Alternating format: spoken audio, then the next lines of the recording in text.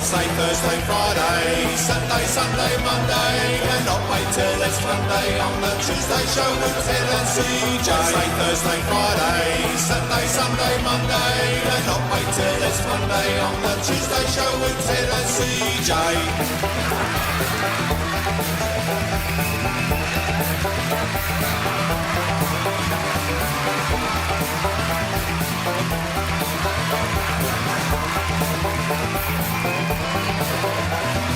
Wednesday, Thursday, Friday, Saturday, Sunday, Monday, and not wait till it's Monday on the Tuesday show with Ted and CJ. Wednesday, Thursday, Friday, Saturday, Sunday, Monday, and not wait till it's Monday on the Tuesday show with Ted and CJ.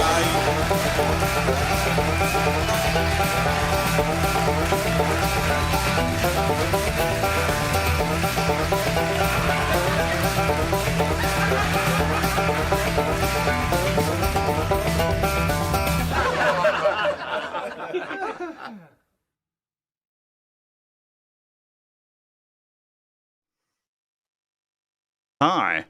Hi, and we are live. I think. Anyone? Are we live?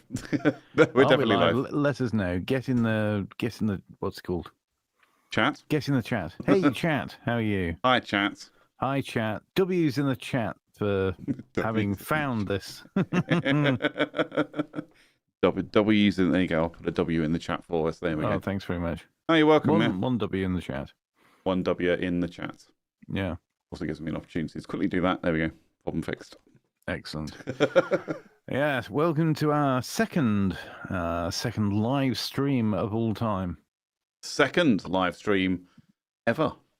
Ever Like, indeed. No one else has ever live streamed like we are live streaming. Nobody has ever live streamed the Tuesday show on a Friday ever before, apart from last week. So what's the big question of the day, CJ? The big question of the day is, should shops still exist? Should shops still exist? Yeah, should shops exist? Should shops exist? Is there any point to them? That's really the question. I think that is quite a key question to kick off the Tuesday show on a Friday night. Indeed. At 11 p.m. after a long week of work. Absolutely. And, but whilst people are thinking it's a bank holiday, it's a bank holiday weekend, don't forget that. And a lot of people will be thinking to themselves, great, a bank holiday weekend, this is my opportunity to go out and get some retail therapy and go off to the nearest retail outlet and go and buy some crap that they don't really need or want. But why? Here's the thing I don't understand. Why would anybody go to a shop on the weekend? Because it's just full of other people. Yes. No, actually, whilst we're on that subject, what I never quite understand is why when you go to the shops at the weekend, you still get pensioners there. Right. Because the pensioners have got the absolute run of the place the rest of the time. Yeah, absolutely. Exactly. You know, but it's like parents who pick their kids up from school, go to the shops after school.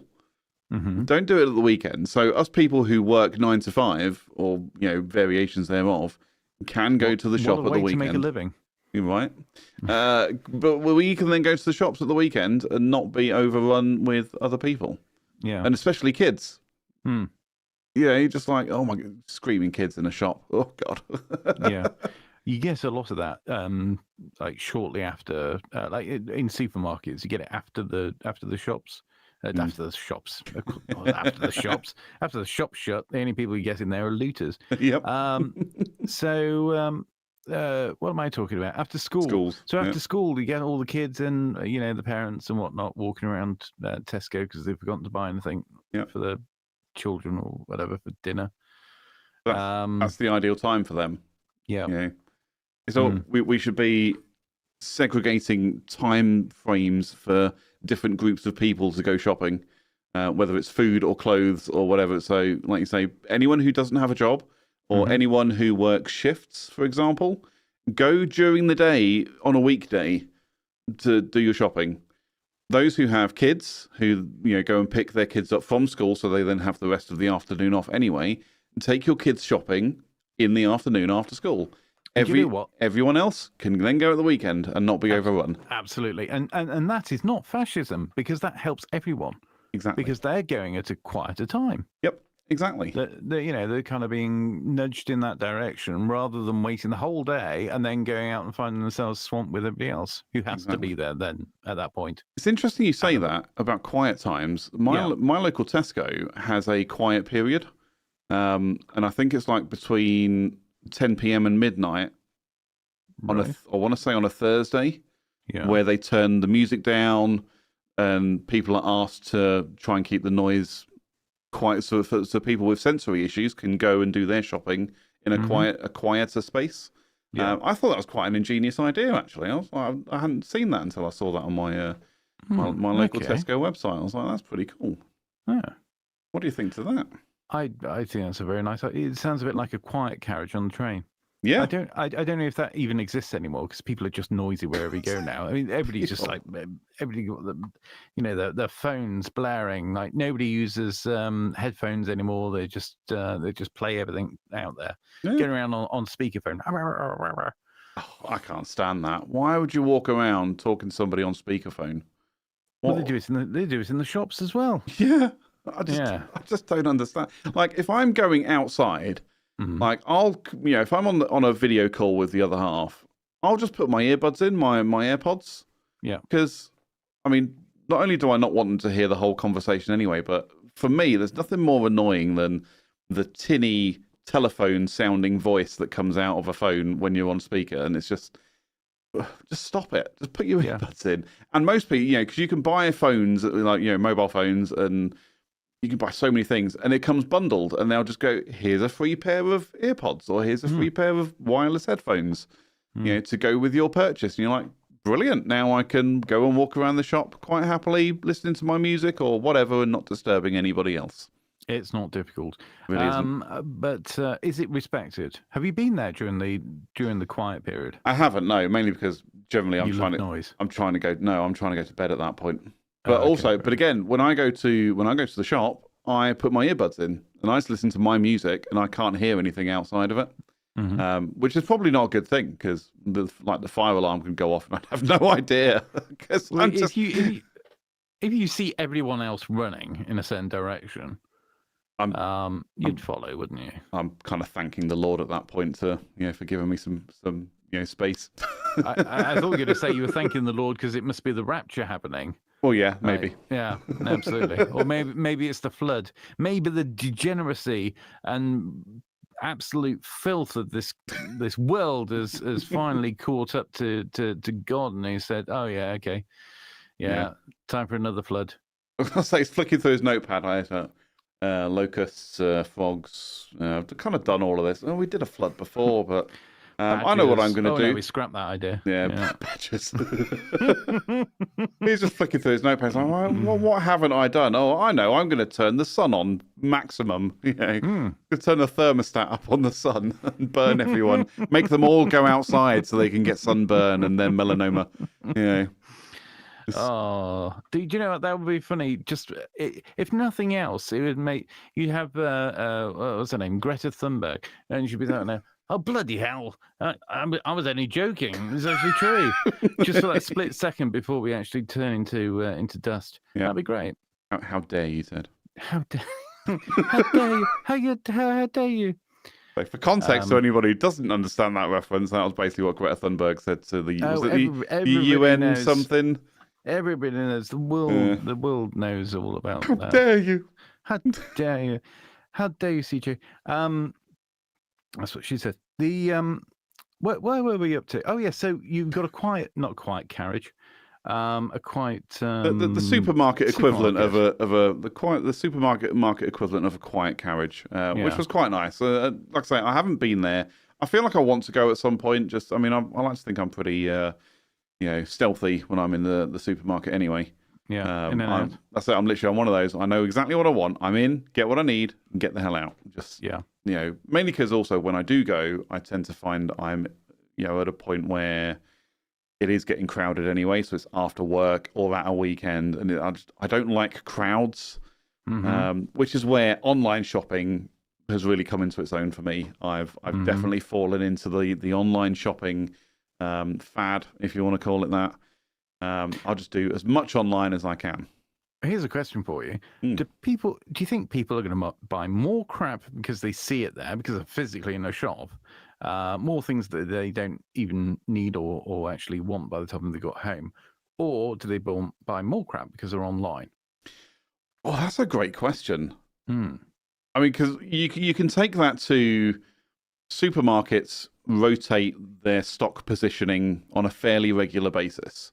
The idea being is that it forces you as the customer to walk through the entire shop to find what you're looking for. Therefore, you're more likely to stop at something to pick it up rather than being like me going in and just going, right, I need bread, milk, eggs, and that's it. And I'd go, right, bread, milk, eggs in the basket, I'm out. If when they move the stuff around, you suddenly find yourself looking deeper into the aisles, and you kind of and you'll walk past them, and you'll do that whole walk past, and then you'll be like, oh, hang on a minute, what was that I just saw in the corner of my eye? Oh, tomatoes, great, I'll pick up a can of tomatoes while I'm here. Tomatoes, never heard of those. It must be a new thing. I'm going to fill my basket with these before It's they psychological warfare, Ted. That's what it is. Do you know what? I've never really noticed a great deal of movement. I mean, if you go into, certainly if I've gone into the supermarket, apart from when they have a real restructure, they don't tend to move things around a bit. But then there's a certain amount of science that goes into the way that they do it in the first place. So you go in, you've got all the fresh stuff. So you always met with fruit and vegetables and things like that. So you go in and go, oh, lovely, I'll buy some of these because that's fresh and that'll be lovely. And, because you walk in thinking, I'm gonna buy and eat healthy from now on because I'm a new person, because it's a new day. And then you buy all that sort of stuff, or you put it in your basket. And then by the time you get to like halfway through the shop, you're starving. You've seen all the fresh stuff. Now you want the quick stuff. So then you go and buy some, I don't know, buy some crap, or you can buy your ready meals and other bits and pieces. What I find fascinating is the way that they set it up. So that in terms of the brand, so they'll put the like the expensive stuff, like the top brands at eye level, because that's what they want you to buy. And then the cheaper stuff, you kind of got to look around for. Yeah, well, it's always like right at the bottom, and almost like it's almost hidden away under the next shelf.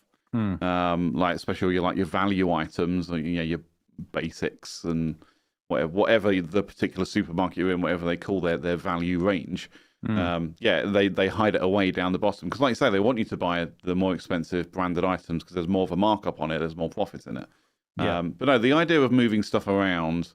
So when I worked in a supermarket many years ago, I think in the time that I was there, which was about a year, there was at least 2 shop refits that happened. And when I say refit, it's a massive move. They'd literally pull everything off the shelf and move it around. Some things stayed the same. So, but obviously, you can't move a deli counter around the store. So your deli counter, the pie shop, the butchers, the bakers, the candlestick makers, they all stayed in the same place, and the fishmonger stayed there. And then, like you say, you go in and you're immediately met with all the fresh fruit and veg, or the fresh veg, and then fresh fruit behind that. But everything else that was on shelves got moved around regularly. And again, as a shopper, the idea is that it forces you to actually go up and down the aisles more in the hopes that you will buy something that you didn't actually go in there for. I don't know how much of a practice that is now. I mean, we're talking that was 20 years ago. God, I feel so old saying that. It was 20 years ago, It doesn't feel that long ago. Well, I tell you what, that makes me. Well, I mean, one of my first like sort of part-time jobs when I was younger, I worked in a supermarket. But it was kind of before the big supermarkets. It was a supermarket, but probably about as big as a Londis or a Spa. It was. We got Spa. So, what was I talking about? Oh, yes. So I worked in a quick save. Okay. Yeah. They don't exist anymore. So I'm immediately sort of dating myself there. But it was a quick save. And I remember getting paid in actual money, in a little brown envelope. In a little brown envelope. Yeah. Classic. Yeah. No, it was horrible. Because it was work, I suppose. But no, I've worked in a supermarket. I don't think there's an awful lot of movement though. Yeah. But again, there's psychology behind that as well. Paying you in cash in a little brown envelope at the place you work, which happens to be a supermarket. Yeah. What's the first thing you see once you receive said envelope? Mm-hmm. All the products on the shelves in the supermarket. Mm. They go, oh, we've just paid you. Maybe you want to spend some of that here? What do you think? You know? Yeah, could be right. I think I just missed the paying cash in an envelope thing. When I started work, it was all very much, you know, we need your bank details so we can pay you. Yeah, and it was every 4 weeks as well. That blew my mind. Yeah, because everyone I've spoken to up to that point, or everyone I knew had a job, like, yeah, I get paid monthly, so you get paid on a certain day every month. I was like, okay, yeah, Right, no, that's fine, because then you pay your bills on a certain day every month.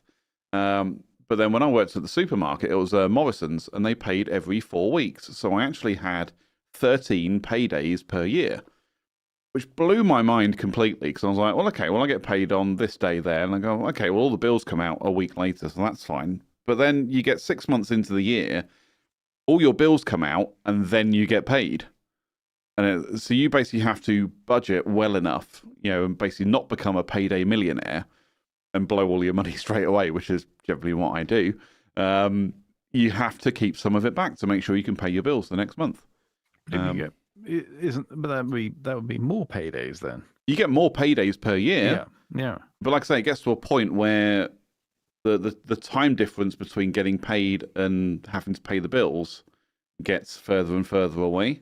Right. Yep. So you basically then you'll get paid, and then you go, well, actually, but the bills now aren't coming out for another 3 weeks. So all this money that I've got here, I can't actually spend as much as I would want to, because I've got to make sure I'm keeping enough back to pay my bills. I was 17, man. I was a payday millionaire. I just got my money and just blew it like a coked up rock star, you know? I did not mess around, which bit me a couple of times when it came to paying the bills on time, because I'd be like, crap, I shouldn't have spent that paycheck. But yes, you get more paydays per year, which seems like a nice thing. We've all been there. Now, interestingly, I believe in the States, a lot of people get paid 2 weekly. Yep, every 2 weeks.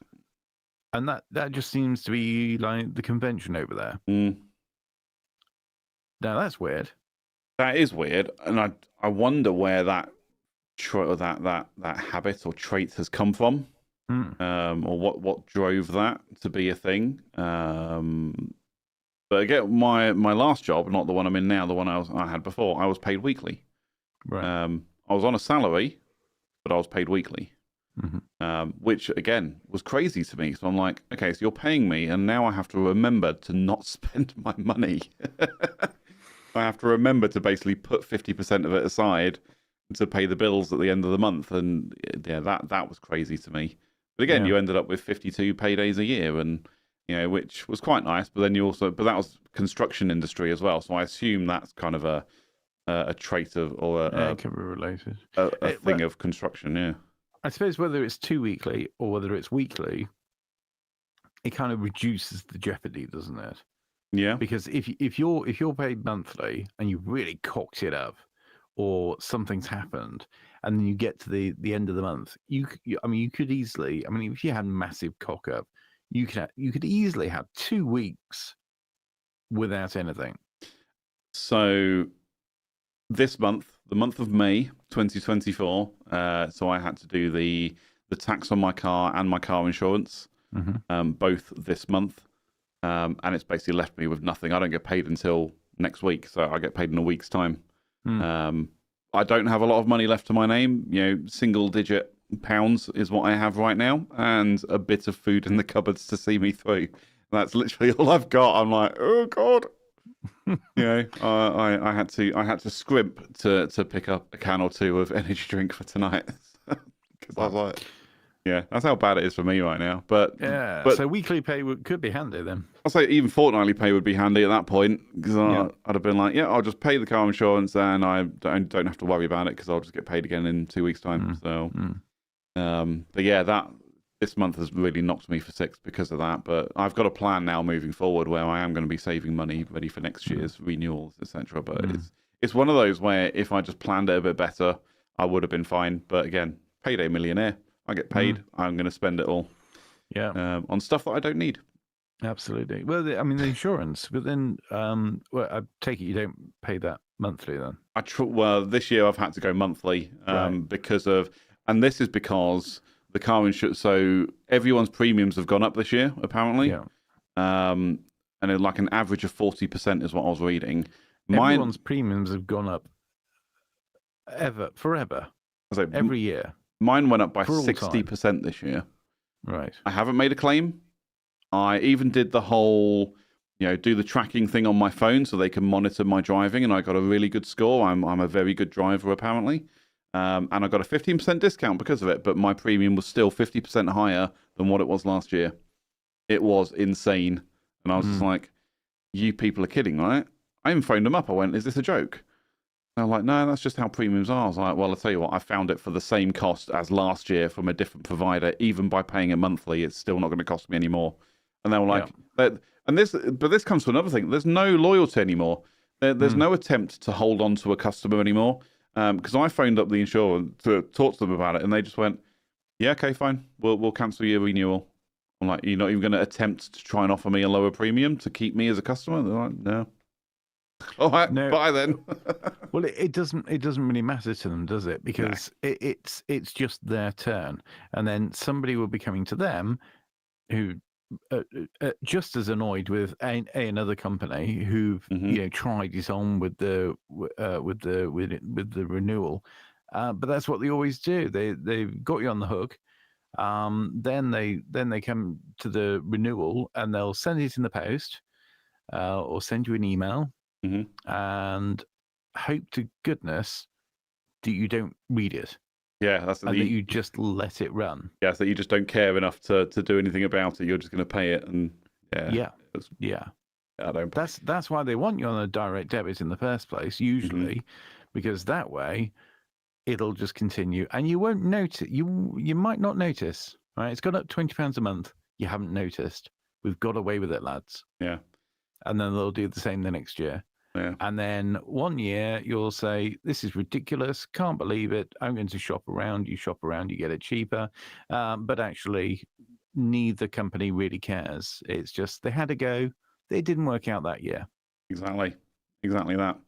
And but to answer your question, so this year I've had to change it to monthly because I didn't have, because again, I was expecting to come down. I've got, touch wood, I've got 5 years, no claims. I was expecting, and again, I got a good driver rating on their app, and I was expecting that to come down, and I put enough back, a little bit less than what I paid last year with the expectation that I would pay less. Nope. So I couldn't actually afford to pay it all in one go this year. I had to move on to monthly, but whatever. But like I say, with that on top of the paying the tax for it as well, and a couple of other bills that have had to come out this month, it's actually not that. It's okay. But it's just left me a bit short, that's all. How are you even paying tax on it? Because you've got what's yours like? Is it electric or hybrid or something interesting? Oh, no, right, okay. It's just a straight 1 litre petrol engine. Okay. 190. Oh, there's another one. £190 for the year, which I did pay all in one go. Right. Okay. But there's another thing. So I got the reminder through for the tax on my car, and it said, what, £180 for the year, or £99 for 6 months, or whatever. Yeah. And there's a scam on its own. Pay for it in 6 monthly chunks and you pay more, but pay for it by direct debit every month and you don't pay more. Why is that a thing? But anyway, so it said £180 on my renewal. Then I went online, and it's £190. I'm like, the renewal says 180, and then I kind of read through it a bit more, and then there's a little red thing on the bottom underneath it all that says these prices are correct as of whatever and are subject to change in the next tax. And you're just like, you bastards! And you've literally, you've dangled a carrot in front of me, and then you've just added more money to it. You would have thought that a small new, because yours is new, isn't it? It's 2 years old now. 2 years old, okay. Yeah. But a very, newish. Yeah. SUV though. Car. It's an SUV small. It's what? It's an SUV. It's not a small car. It's not. Is it not? I don't have a smart car anymore. Well, no, I know you don't have the smart car anymore. Yeah. No, it's not a small car. But it's a small engine. Yeah, 1 litre, 1 litre turbo. Yeah. Okay. Yeah. Yeah. Still seems dear. Yeah. I think because it's obviously all done on emissions, isn't it? Yeah. So the emissions on that. So that car has exactly the same engine as the smart car did. The only difference is this one has a turbocharger on it, and the smart car didn't. The turbo increases the emissions, and obviously the weight of the car increases the emissions. Okay. Which has then put it into a tax bracket. Whereas the smart car was free, this has put it into a tax bracket that isn't free. It's quite handy, isn't it, that they do it on emissions, something that we can't measure. Yep. We can't see. We've got absolutely no idea about. Mm-hmm. So if it was like, okay, you pay this much tax depending on how many doors it's got, but you pay a little bit more if it's got a sunroof. At least we'd have a grasp on it. But they just go, oh, it's emissions. So it's 17.3 per 65th. You go, but even just don't do it on emissions, because like you say, I mean, these are because they're only listed emissions.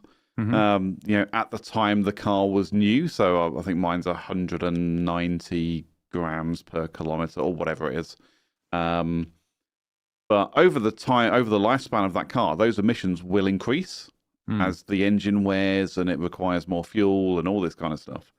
Those emissions will increase, even with full servicing and all that. Surely you'd just be like, well, rather than doing it on listed emissions, just do it on the size of the engine. It's a 1 litre engine, so put that 1 litres and below into one tax bracket. 1 to 1.5 is another tax bracket. 1.5 to 2 is another tax bracket. Surely that's better. Yeah. Because then also that will help to discourage people from buying their 5 litre freaking gas guzzling monsters. And be a bit more sensible with it. But then again, if you can afford to buy a 5 litre gas guzzling monster, you don't care about the £400 a year road tax. I was just about to say, if you had the money, you would have a 5 litre gas guzzling monster. Don't know if I would. Well, we've had this conversation before, and I remember a conversation even before you had your smart car. And I say I remember, it's I've probably listened to it since on an episode of the Tuesday show, and you said I need to get a new car, and I either want to get a smart car, something like that, little small thing, or I want a great big Ford Ranger with all the shit on it. Yeah, but even then, the biggest engine that comes with is 3.2 litres. Oh, well, that's nothing. 3.2. Yeah, but I miss having a bigger car with a bigger engine. You used to have a Land Rover, didn't you? I did have one at one point. Yeah. What did you have? Was it the Discovery? I've had 2 Discoveries. Mm-hmm. One when I turned over a rock, and the other one when I opened a book. Yeah, I was trying to think of something silly. So, beat me to it. Yeah, so I've had 2 2 of those Land Rovers, and what else? We had a Jaguar at one point. That was quite nice. Just nice, just like it's just like effortless power, just pushing you around. You feel like you don't need to do anything, barely need to press the accelerator. Those, what type of Jag was that? Was that it's one of the ones that look like a Rover. The least best ones. The S type. S type, yeah. S type, yeah. There was, those old school type Jags, and I think Jaguars in general. And like I say, the effortless power and the reliability of the engines and all that kind of stuff is what drove a lot of people to buy Ford Mondeos, because they use the same engine. Which is where the whole Mondeo man label came from for a lot of people. Because you'd buy it was basically the poor man's Jaguar, if that's even something you're allowed to say. Well, it was kind of almost like the other way around, because it was what was it, the X type? Yep. The X type was basically, and people said, oh, it's just a Mondeo and a smart suit. I mean, it's a very smart suit. Yeah, I like the XF and the XE. Yeah. Oh, which ones are those? Those are the like 2-seater. No, the XF and XE, they're like more executive. Like, right. Low. I think the XF was a bit more lower end than the XE. It would be quite nice to have an one of the XJ saloons, Yeah. like an older one. Yeah. But the problem is they've rotted. They're all rusty, and they've just gone. Yeah, they just Such a shame. Uh, And this is the other thing when we talk about emissions, and I don't know why it just doesn't get recognised, which is the amount of emissions that are involved in making a car outweigh the emissions that it creates during its lifetime. Well, isn't that the whole thing about electric cars right now? It's the whole, everyone's like, oh yeah, electric cars, they're nice and green and all this stuff, but no, the emissions generated through mining the lithium, the emissions generated through the manufacturing process of said lithium and then the rest of the car apparently outweighs any emissions that the average car generates in its lifetime. But then you've got the transportation of those components. Yep. Then you've got, what else have you got? Oh, you've also got the fact that the battery doesn't last for very long. And you can't recycle them. You can't recycle them. So that's basically a dead car after 10 years or whatever it may be. Yeah. I mean, that never used to be the case. I could go out now and buy, not now because it's late at night, but I could go out and buy a 20-year-old petrol car. Yeah. I could do that. Will I ever be able to just go, oh, I'm going to go out and buy a 20-year-old electric car? No, not unless the battery's been changed. And it won't have been, because then it'll be practically double the cost of the car in the first place. I heard a great story once, and I can't remember if I've ever told it on this show or not, but there was a guy, a friend of a friend of a friend of a guy that someone else knew or something, bought a second-hand Tesla Model Y or Model S or whatever Tesla it was. Bargain price, £20,000. And you're like, for a Tesla, that's great, considering they start at like 70 or whatever it is. Like, great, 20 grand. The batteries were shot. Needed new batteries. The batteries were going to cost him 70 grand. And you're like, so you may as well have just bought yourself a brand new Tesla, mate. Jesus Christ. It was just insanity. And the lifespan on the batteries in electric cars is not long enough to make them sustainable. Yeah. Which is why I think there's still a bit of, it's partly why there's still a bit of resistance to people buying electric. But then again, like I said, £70,000 as a starting price for a Tesla, unless you have enough money where you can justify that level of expenditure from the outset, it's just not attainable for the average person. No. I don't earn that much money in a year. And I think even if I was in a position where I could afford to buy a Tesla, I probably still wouldn't buy a Tesla. I'd much rather go and buy a Land Rover Discovery or the new Defender, actually. Well, do you know what? When it comes to cars, I always think, well, if I had limitless cash,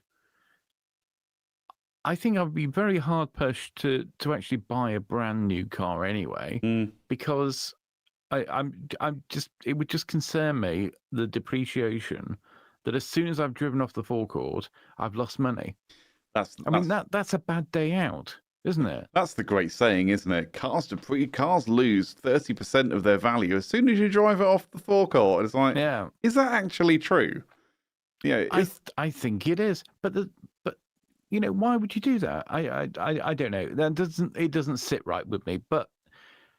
You can't do that with electric vehicles. No. You don't want something that's used, because you're using up a very, finite amount of life that it's got. Yeah. And it's just stupid price. 70 grand for a Tesla.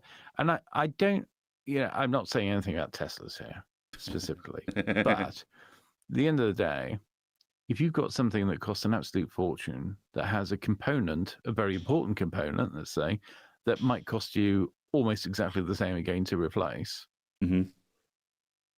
How good's that car? It's not made of gold. It's not like the best thing ever at all. It can't be the most comfortable car in the world, as well as being, incredibly fast and incredibly battery powered. Yeah. It can't be everything. I don't get it. And for 70 grand, I would, I don't know how much an Aston Martin costs, but maybe get a used Aston or something. For 70 grand, I mean, I've had my eyes on the Land Rover Discovery Sport for a number of years. Not long around the same time, I was thinking about the Ford Ranger. Actually, I was like, if I had that kind of money, it's either going to be a Ford Ranger or a Discovery Sport. I like the look of the Discovery Sport over the regular Discovery. But I'm thinking along the lines of an Aston Martin, like the beefiest Aston you can get. Pay your ULEZ, pay your congestion charge, roar through central London, like this. Yeah. And do you know what? Your battery is not going to cost you 70 grand to replace. Nope. No, that's great. That's a great idea. I was chatting to somebody the other day, and they were talking about a Tesla, and so somebody had like scraped the underside of their Tesla. So you've got the batteries that sit under the chassis, and then like a heat sink that sits underneath that. So as you drive down the road, the air passing through the heat sink draws out the heat from the batteries. Oh God, yeah, I hadn't thought about that. They get hot, don't they? Yeah, just simple thermodynamics, I think. Right. Yeah. Not that I'm a physicist or anything. But what I was saying was, so this guy had scraped the bottom of the car, damaged the heatsink, damaged one of the cells inside the battery pack, and Tesla wanted like 55, 60 grand to replace it, to replace the whole unit. When they just got it up on some jacks, they just looked at it and went, well, there's a dent in the heatsink. It really doesn't matter that much. You've still got the rest of the heatsink to disperse the heat. All you got to do is pull that off, find the one cell that's faulty, pull that out, replace it, put the heatsink back on, you're done. 50 quid, plus labor.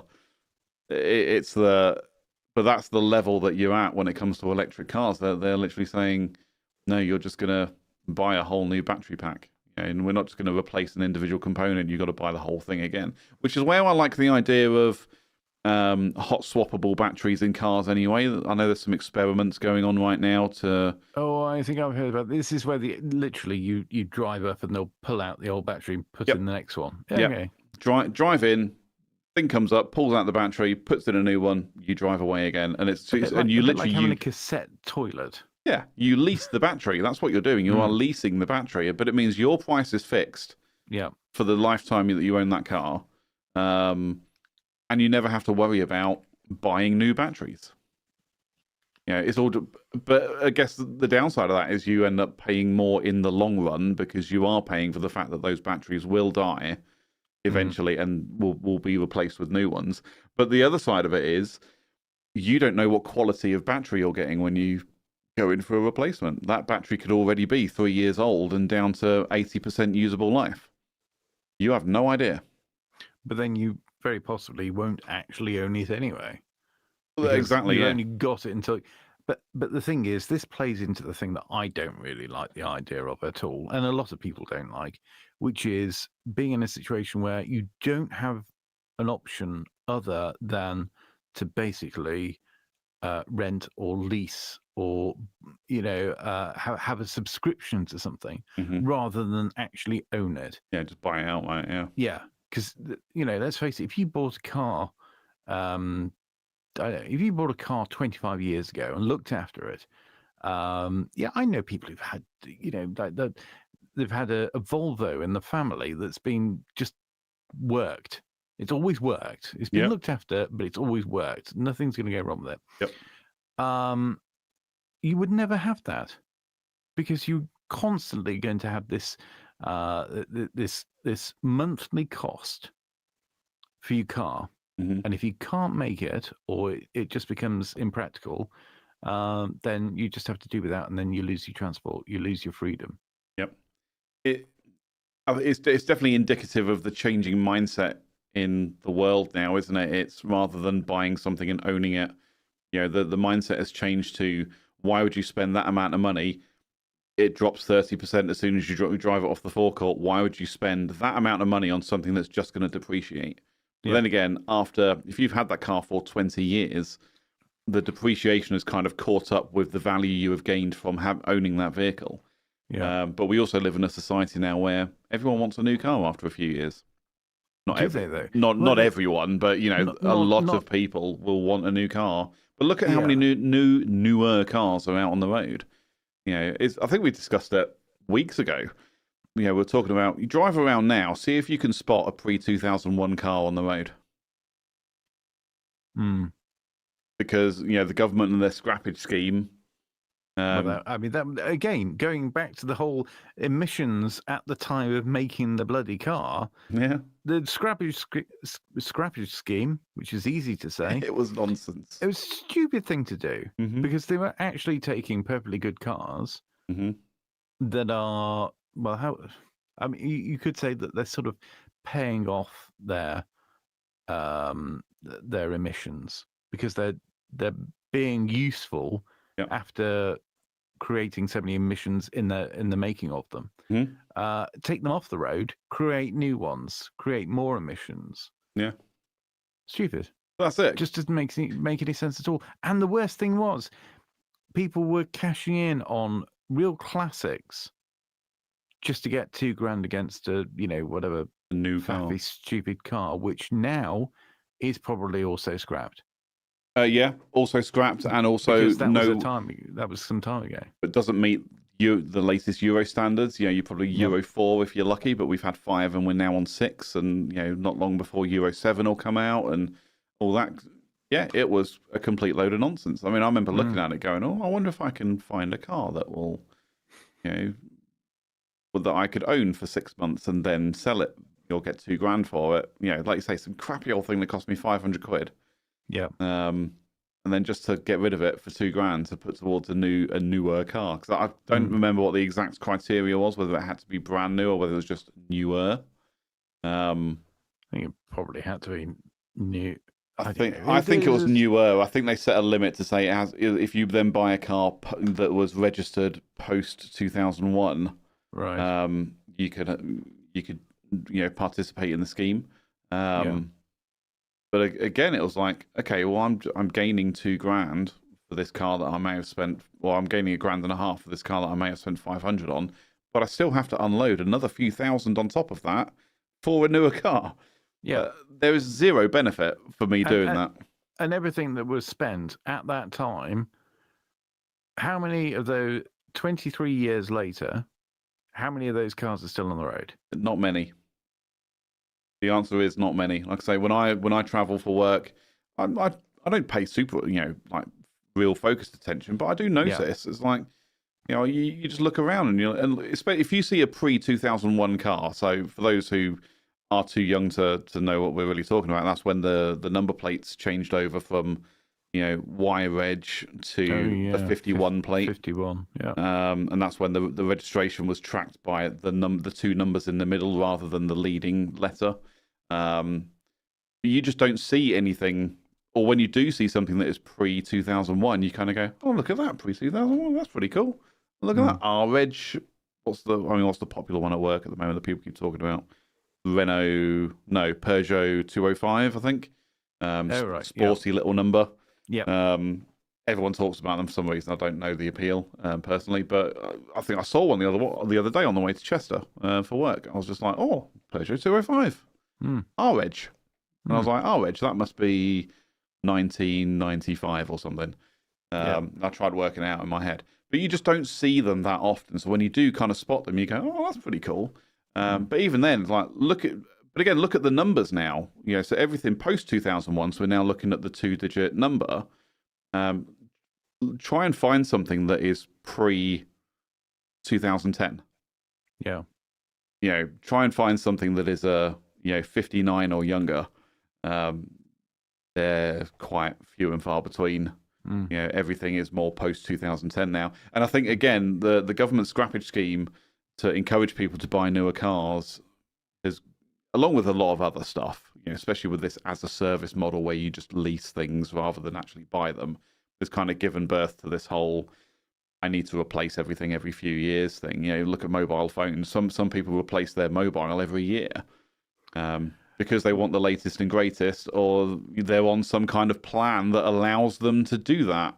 Well, this is it. I mean, I don't think it's necessarily that people. I don't think it's the people. I mean, obviously, some of the people, but like take the phones for example. If you come up to the end of the contract, you'll get a phone call and say, "Oh, you're coming up to the end of the contract. Let me tell you, we got the new iPhone 3063." Oh, brilliant! I've had iPhones for the last 40 years. I'll get that one, and because it's gone on and on and on, you constantly being pushed the next thing after 24 months or whatever it may be. Yeah. If it wasn't for that, if you weren't paying a monthly amount for your phone bill, then you would end up just having your phone. And then when it broke down or when you wanted a new one, you'd think, oh, I need a new phone.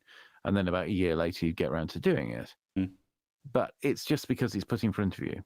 Because it's like, okay, what you've got there, we've got a new one. Or we've got something that, you know, is so much better than that. It's got double the amount of this. It's got, you know, 3 times the amount that you've got on your current existing one. And guess what? You can have it for as little as X amount per month. Yep. Because it's spread over bloody two years. Spread over 2 years. Or more. Yeah. I mean, I did that in my early years of mobile phone contracts. You know, I had a Samsung Toco, which is like one of the first touchscreen devices, had a little stylus with it, which was pretty cool. And then I migrated over to iPhones. My first iPhone was an iPhone 5. Then I had a 6 Plus or 6S Plus, whichever one it was. Then I had a 10. Then I had a 12, and now I'm on a 14. But my last 2 phones, the 12 and this one, the 14, I've just bought outright. I don't want an agreement. I don't want a contract for the device itself. Because I don't need that. You know, I'm at a point where actually I'll just go and select whatever phone I want and just go and buy it. I'll buy the phone outright. And you'll end up paying more if you do it over a contract. Yeah, you will. I mean, they all say 0%, but it's like, yeah, but look at what they charge you for the device overall. It's probably more expensive than what you could get for. I mean, you know, my phone here, I bought it from Amazon. You know, it was like just over £1,000 for this. It's a 14 Pro Max or whatever it is. But with that one, I have no desire to change it. The 15 came out and everyone went, oh, iPhone 15. And it's got a new fancy feature button on the side. It does USB-C, which is the first iPhone to do USB-C, which is a big deal, by the way. Yeah. I'm not going to spend money on an iPhone 15. I like my phone. You know? It does everything I want it to do. And here's where I'm really superficial like this. I like the color of this phone. It's purple. All right, lovely. The new ones don't come in purple or a nice shade of blue. So I got my iPhone 12 because it came in a really nice shade of blue. Right. And that's why I bought it. Nothing wrong with my iPhone 10. There was nothing wrong with it at all. But the 12 came in a nice shade of blue. And I was like, I kind of like that. I'm going to treat myself to a nice blue phone. When my contract came up, and it was, I don't know, it might have been earlier this year, February, I think it was. My contract came up, and I thought, no, I'm going to go SIM only. So I pay monthly, but SIM only. It just cuts the bill down so much. £15 a month I pay. Yeah. I mine's something similar, but I've got like unlimited. Yeah. All the unlimitedness. But I didn't need a new phone at that point. No. And do you know what? I still don't need a new phone right now. And you talk about the iPhone 4 because mine's a 12. Yep. The 40, I've got a work phone which is a 14, and the USB-C thing, that's good, but I wouldn't go out and change my phone for that. No. But because these phones are churning over all the time, it does mean that at some point in the next year or so, there's going to be 14s on Facebook Marketplace, or on the secondhand market and whatnot, and they're going to be a lot cheaper. I'll tell you what, Ted. Depending on what happens with the iPhone 16 later this year, because let's be honest, that's when it's going to come out. They release every year now. If they come out in a blue one, if they come out in a nice shade of blue, I might buy one, and you can. I'll sell you my iPhone 14. Okay, maybe we'll do a deal. But no, But that's the way I look at it. I mean, actually, it's not going to bother me. It's not like if my phone breaks down, I'm going to be completely stuck because I know that I can go on Marketplace. I can get the same phone that I've currently got for like a few £100 and or possibly less than that, and be up and running again. Because all the people that had 12s and have gone to 14, what have they done with the 12s? Yeah, Because it's not like they take them back. No, mine got sold on Marketplace. Yeah, my 12 exactly. did. My 10 did as well. Actually, I put my 10 on Marketplace and sold it there. Or maybe I eBayed the 12. Anyway, it doesn't matter. But but the thing is, and I think this is one thing that Apple did nice. They did well, and cause I know they were following Samsung's method on this one. Is the lower grade model available? What they call the iPhone SE. Which is the cheap version for businesses or for people who can't afford £1,000 for a phone or £1,200 for a phone. Actually, I think that one's £1,200, ridiculous price. Anyway, but they sell them for, like, say, a couple of £100. So you can pick up a 2 or 3 year old iPhone SE for £100. If you just need a phone and you don't care about having 3 cameras on the back. Yeah. If you don't care about that kind of stuff, just go get yourself an iPhone SE. 3 cameras on the back of my damn phone. Yeah, you'd never think that you'd need 3 cameras on a phone, would you? No, well, it came in handy when I was taking photos of clover mites on my windowsill. What? Clover mites. They look like tiny red spiders. Yeah. I was doing so basically some appeared on the outside of my windowsill, outside of my kitchen window, as I was outside vaping one day. I was like, what are they? And I was like, and I recall seeing these over a period of years. So kind of zoomed in to get a little photo. I was like, yeah, it looks like a little red spider. So I Googled tiny red spider on my windowsill. And the first thing that came up was clover mites. Right, okay. And yeah, they're harmless. They are invasive, but they're harmless. So I'm like, fine, they can stay there, whatever. But that was where so it's like a wide angle, ultra wide, and a normal lens. So you can do different styles of photography, but it's that whole. I've never been. Is it the Pro? Is it the Pro one? Yeah, this is the Pro Max. I think the regular just has 2 cameras. Yeah, 2 cameras. Yeah, so my 12 had 2 cameras on it, but it's one of those where you just go, if you are super into photography, they're great. Yeah. I'm not super into photography. I got the Pro Max because I wanted a bigger screen. And this came in a storage size bigger than the non-Pro version. So that's why I bought it. I didn't really care about the cameras and I still don't care about the cameras.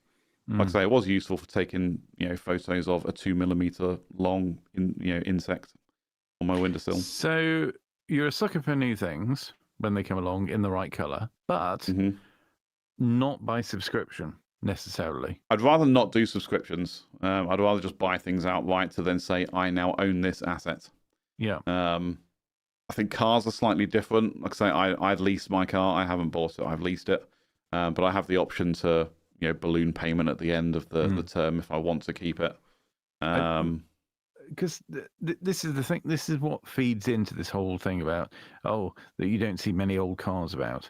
And this is probably why, because people give up on them too easily because there are more cars about. Because if more people are, going through, not subscription, but if they're doing the thing with a balloon payment and they're changing the car on a regular basis because it comes up to the end of the period or it comes to the point where they can actually do something about it and they want the next thing or it's whatever it may be, and then they'll swap it over. Then the old one goes off to auction, then gets sold out and, will end up back on a forecourt somewhere. That gets resold. They're more available. More people are buying slightly newer cars. And then the old ones, people are more likely to give up on them. Yeah. Because if you can get a car that's 10 years old fairly cheap, why wouldn't you? You're not going to keep repairing the 20-year-old one. Exactly. I mean, my car was a year old when I got it. So it wasn't brand new price. It was still quite expensive, not brand new price. But then you kind of look at it and go, well, what am I going to do? Am I going to spend, the amount of money that I spend every month, I could probably save that up over a period of months and buy myself probably a 10 to 15-year-old car, which brings in questions of reliability, brings in questions of fuel economy, and me being me, as you did just mention, I am a sucker for gadgets. I love technology. So if I buy a 10 to 15-year-old car, what level of technology am I going to have in the car? I love things like Apple CarPlay and Bluetooth, and cruise control is a big one for me. The amount of miles that I do, cruise control is a lifesaver. Or do I just invest that monthly cost that I'm currently investing and get something a lot newer that is going to last longer, more than likely, that I don't have to pay as much in maintenance because it's come with a maintenance contract. I don't have to pay for an MOT for another 12 months now. Well, at the time I got it, I was like 2 years. I don't have to worry about MOTing it. So I don't have to worry about paying for parts just to get it through an MOT because it's going to be good for at least the next 2 years. You just kind of start weighing up those benefits against unloading a load of capital for something that's older but still cheaper. It's almost that buy cheap, buy twice mentality that has kind of been instilled in a lot of people now. And I think technology is definitely a prime candidate for that saying. If you buy cheap, you buy twice. Buy a cheap, crappy computer, it's not going to last you very long. But if you invest a little bit more, you'll get something better that will last longer. And the same kind of applies to cars, I think. Well, but this is the thing. I mean, there's going to be lots of cheap cars being made. But the problem is the cheap cars are going to be cheap cars forevermore. Where it's the ones that were made properly in the first place that should still be on the road that aren't on the road because of things like scrappage schemes and things like, I can't be bothered. I'm not going to get it fixed. It needs this amount of work doing to it or whatever it is, which pales into insignificance compared to, I mean, people who own a car would say, I've just had a bill to change the, enter whatever it is, change that, and it's going to cost me £385, probably plus VAT. This is terrible. This is, it's unexpected. It's terrible. But then they'll go and pay that every month to have a new car. And they'll have paid some kind of massive deposit in the first place. And they'll have probably got a small loan to get that deposit to pay for the small car. Yeah. And then they've got a balloon payment at the end of it, which they will never have the money. They will never save the money. They will never have the car in the right condition to be able to, get anything back on it. So they'll end up having to buy another vehicle. And that's how they get you. It's an old, it's the old saying, isn't it? That's how they get you. And it really is. You get to the end of a lease, and you go, now they want $8,000 off of me to buy this car out. Yeah, my balloon payment is about $8,000. Now they want $8,000 out of me as a balloon payment. What the hell am I supposed to do with that? Well, I can't afford that, so I'll just give the car back to them. Pay any excess mileage, cost. Like I worked out my excess mileage is like 14p a mile. And the rate I'm going at the moment, I'll have gone over by about 900 miles. No, 9,000 miles. Sorry, which works out to like just over $2,000 as an excess mileage or whatever it was. It wasn't. It was less than the balloon payment. I know that much. Yeah. But I was like, I can afford that. That's fine. I can afford that easier than the balloon payment. And then I just go. And then I just give them another £500 deposit because that was the deposit I put down on my car, £500. I'll give them another £500 deposit and just get another new car, and do this and repeat the cycle over and over again. It's how they get you. Yeah, it's just how they get you. It's just God. Because you're into it then. Yeah. Because you, even though for a fact you're continuing to pay. However much it is a month, okay, say £300 a month. You're paying that, but yeah, okay, it's more. All right, more than that. But for a lot of people, depending on how it works, they'll either be thinking one of two things. Jesus Christ, I remember that $2,000 or that $3,000 or whatever it was I paid as a deposit. That's all that's sticking in their head. They're thinking about that deposit. Yep. And they're thinking, I don't want to just hand it back because then that's like my money's just gone gone for nothing. Hmm. And then the flip side of that is the people that paid, I don't know, some zero deposit, 50 quid deposit, £500, whatever it may be. And then it's the balloon payment. It's like, Christ, I've got a balloon payment coming up. Yeah. Which seemed like that was a great idea 2 years ago. But now it's starting to loom. Yep. And it's like 5, 6, 7 grand or something stupid like that. And you know what? I wouldn't buy that bloody car for that much. So they're kind of stuck. And it's I think with coercing people, isn't it, really? Absolutely. With my car, I'm going to put myself as a bit of an exception to that, where, I think it's 7 or 8 grand. I can't remember the exact amount as the balloon payment. Mm-hmm. But with the car that I've got, with the mileage that I predict it will have by the end of my agreement, I'd actually happily pay 8 grand if I was just going out to buy that car. It's still less than what I would pay if I just went out to buy that car at that age with that mileage. Yeah, the car will be 5 years old at the end of my agreement. It will have around 40 to 50,000 miles on it. So average mileage. Mm-hmm. I'd happily pay 8 grand for that. But the thing now is, if I'm going to do that, I've got to start saving the money right now. Yeah. I've got to be putting away, I've got 3 years left on the agreement, so I've got to be putting away 300 quid a month to pay for that car. On top of the, whatever, 300 plus. On top of the nearly £400 a month I'm already paying just for leasing the damn thing. Yeah. So my cost has gone from nearly £400 to nearly £700 a month for this car if I want to keep it at the end of the agreement. Whereas I could just be like, well, maybe I won't do that. Maybe I will just give it back at the end. I can change my... Like for the last 12 months, I can say to work, no, I'm not going to travel for you as much as I have been, and try and recoup some of that excess mileage that I've done. And then not have the balloon payment or an excess mileage charge, but then go, well, I've saved up £1,000, so what else you got? Yeah. I had I did lease a car for a while. It was like a long-term hire thing, whatever they call it. Wasn't that the Vectra? There was a Vectra, but before that was a BMW. Yeah. I don't know if you remember. So I did do that for a short while, and it wasn't wildly expensive. It was slightly over the odds, but it suited me at that point. At the time, yeah. At the time, and I did that, but when, like for example, my car now. I won't say how much I paid for it, okay? But you would be able to buy it within about 3 months of what you're paying. Okay, I was going to say it's nowhere near anything what I pay for my car.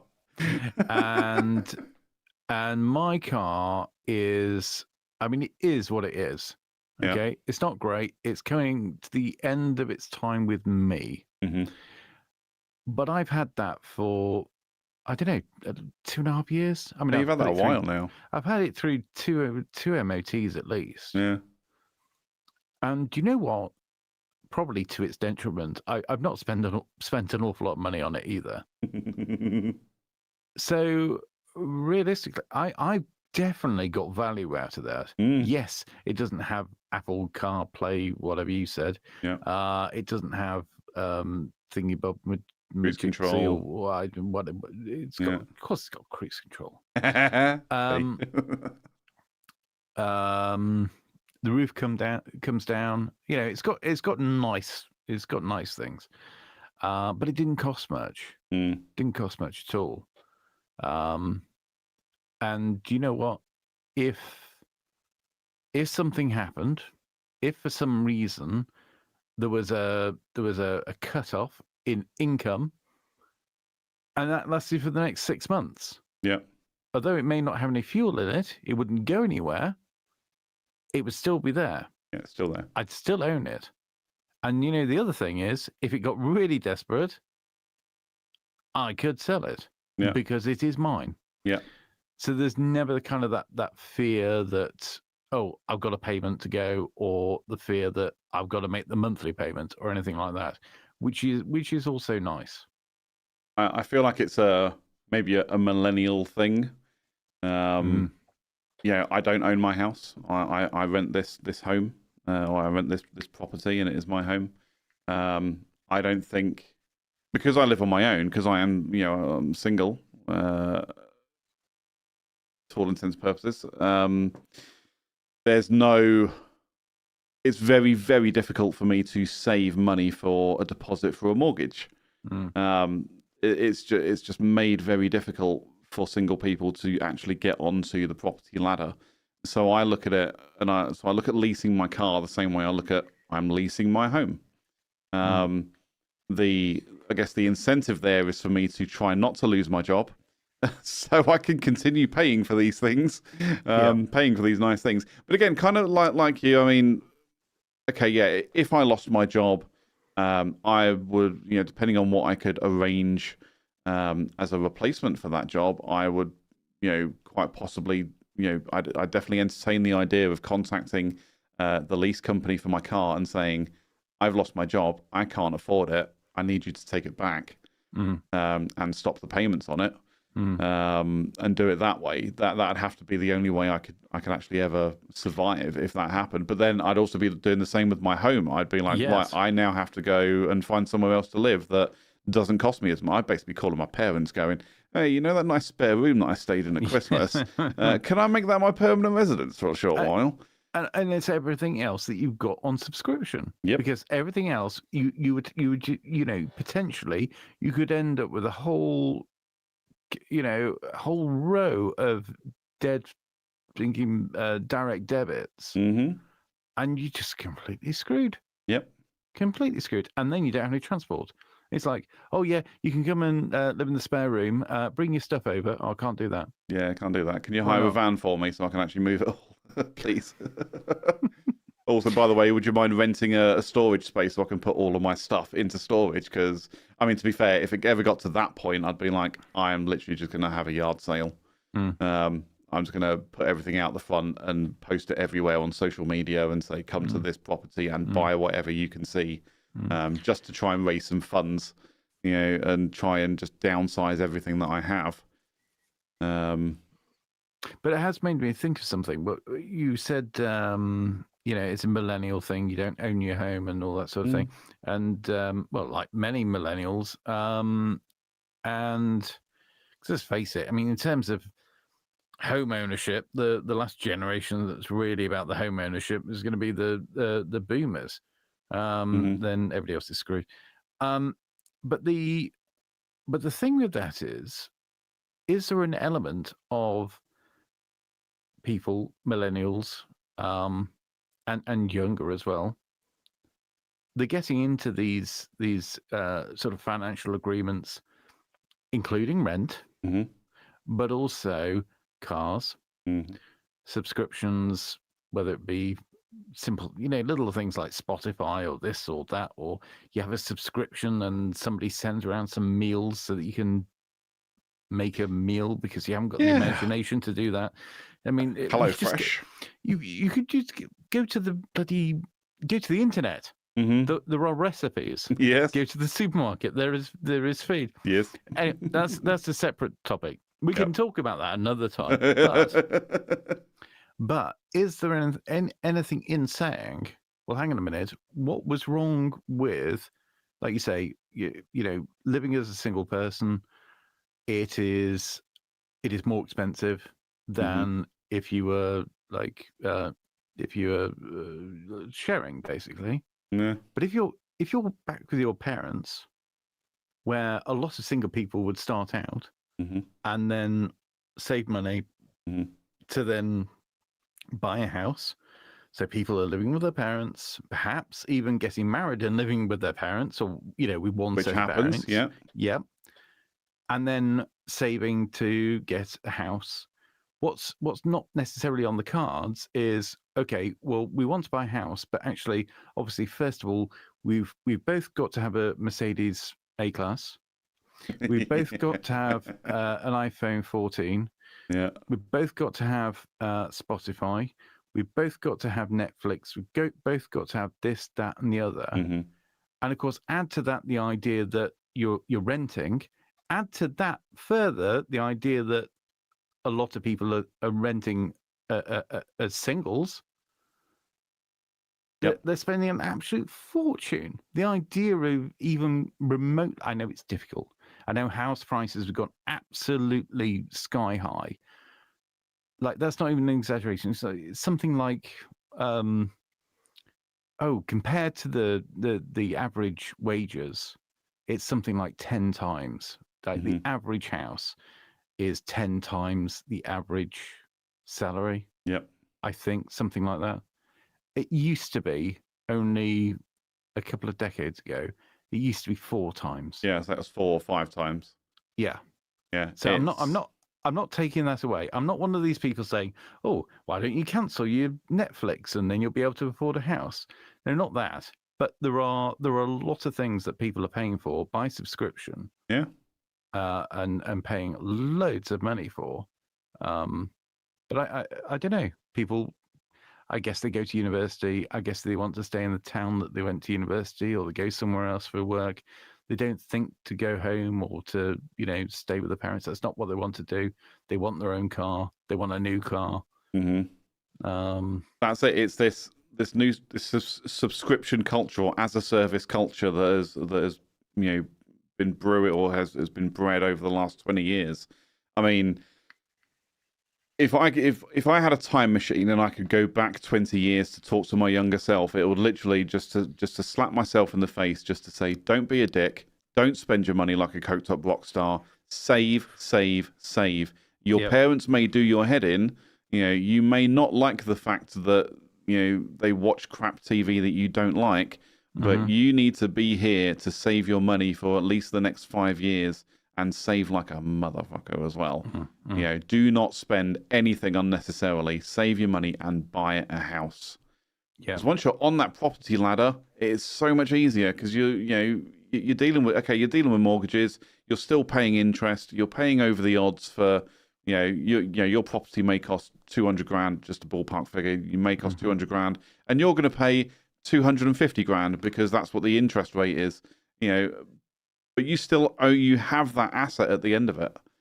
You can still then retire without having to pay a mortgage or pay rent or anything like that. And then, if you're really sensible or stupid, depending on your perspective, you can then, take out a homeowner's loan and buy a car with that money and pay less interest than if you bought it on hire purchase or whatever.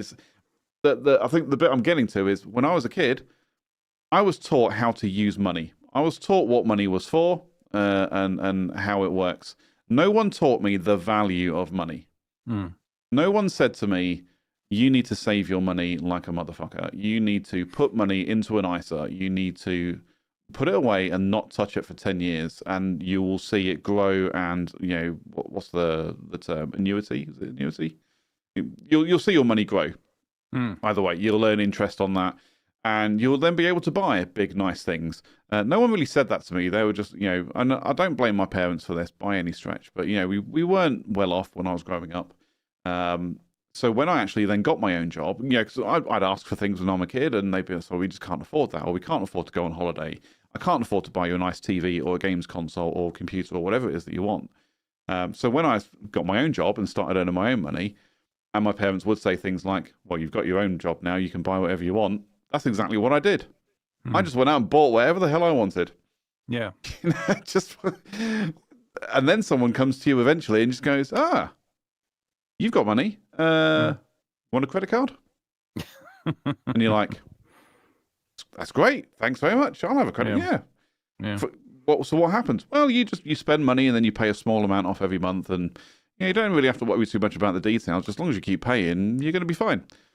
So free money then. Well, not really, but yeah, more or less. I'm in. Where do I sign? And then 10 years later, you're in 50 grand's worth of debt, and you suddenly go, that's not where I am, by the way. But you get into this. It creeps up on you, doesn't it? That's it. The debts will creep up on you because you just go, well, that's just free money. Oh, you'll give me a loan so I can go and buy that car that I want to buy. Oh, that's fantastic. And I only have to pay you a small amount of that back each month over the next 5 years. Well, that's fantastic. great stuff. And then you're like, but the car's now broken. And I now have to spend more money to fix it, but I'm also still paying for it. I'd rather just get rid of it and get something newer and more reliable, but I can't do that because I still have a loan out on it. Mm-hmm. Oh, crap. No one taught me the value of money. All I was really taught was, this is what money is, and this is what you do with it.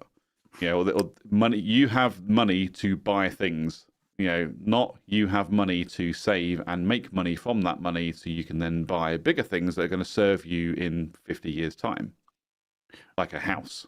Or better still, you have a loan to buy something that you probably really didn't need. And then when that becomes a little bit tricky, then you get another loan, slightly bigger, which covers the original loan. The original loan. And they were more than happy to do that. Oh, yes. Because they sold another loan. Mm-hmm. And there was a long period where they would sell another loan, but they would also sell payment protection to go with it. Oh, yeah. Whether or not it was of any benefit to the person who was buying it. And then the payment protection was front loaded. So you were paying for that first. So you were paying for that, then you were slowly paying your interest, and then eventually the capital on that. An absolute scam. Mm-hmm. But there's two things you say there. You've got the talking about education. Yes, probably we don't talk about money properly. We don't talk about the value of money, but we don't talk about where money comes from or anything like that. So yeah, perhaps we don't have the education, and then sometimes you've got parents who don't talk to their children about money because they don't want to talk about finances. Because particularly because we're British, we don't want to talk about money. We don't talk about how much we earn or anything like that. And I joke about it, but I wouldn't. But that was also something we were taught. That's just the way. Yeah, absolutely. Yeah. Never talk about how much you earn. Never tell anyone how much you earn. Ever. Money's it's a dirty subject, really. It's a taboo subject. Absolutely. Sex, yeah, let's talk about no, but not money. So that's one thing. But the other thing you've got to bear in mind, even with your parents, my parents, and new parents now, which I guess is me, it's different. Mm-hmm. It's different now. Money's different. The way people purchase things is different. Yep. All these different kind of markets are different. Yep. So what was good back then? What was a good fiscal decision wouldn't necessarily be now, and vice versa. It is, and that makes it very difficult to navigate. And we talk about the value of money. We got to just think, well, hang on, what are we talking about when we're actually talking about money? Because more so these days, when we talk about money, we're just talking about numbers on a spreadsheet. Mm-hmm. But what do those numbers on the spreadsheet actually represent? Because when we're talking about inflation's sky high, blah blah blah blah blah. People talk about inflation without actually thinking about what that really is. Mm-hmm. And what that really is money supply. Yep. So when we're talking about the value of money, if governments, here we go, get ready. That's it. Brace yourselves, everyone. If governments don't understand the value of money because they can print the money, mm-hmm. because it's not held to any standard, no gold standard or anything like that, they can just simply print it. They know that causes inflation because there's a larger money supply. It's not difficult. It's supply and demand, but on a money basis. So they're handing out all the money, or they're spending the money. That goes into the system, and everybody's money that they already have, if they have any, is suddenly reduced in value. Yep. So there might be more money sloshing about, but it's worth a hell of a lot less. It's worth less. Yep. Yeah. Which certainly doesn't help things like the housing market. Nope. Housing market is something completely different, because obviously a housing market is absolutely ridiculous because, again, supply and demand. There's a lot more demand for houses than there's ever been. For various reasons, there's a lot more people, and there's a lot more people living on their own, and therefore taking up single spaces. Yeah, I mean, I can't say too much. I'm probably I'm a bad person when it comes to that. I live on my own. This is a 3-bedroom property. My justification for it is it doesn't matter. The fact is, I'm You taking up. don't need to justify that. That's not the point. You. There's no reason why you should have to justify having a house. And this is the danger, right? Because what you'll end up with is a bunch of socialists around the corner going around and saying, right, okay, what we want to do is we want to engineer things to make things fair. Okay, and what we're going to do is we're going to say that you living as a person on your own, single, you should be living in a bloody pod, Yeah. all right, on your own, and therefore your house should be filled with a family of 16, all right, or vice versa, whatever it is. That's the danger. Yeah. But Well, that's it. So somebody would eventually come around and say, well, you're living on your own in a 3-bedroom house. No, not anymore. You now have a couple that lives with you in, actually, you now have 2 couples that live with you in the bigger rooms, and you get the small room, because you live on your own. And it's like, or they say, go and live in a 1-bedroom flat.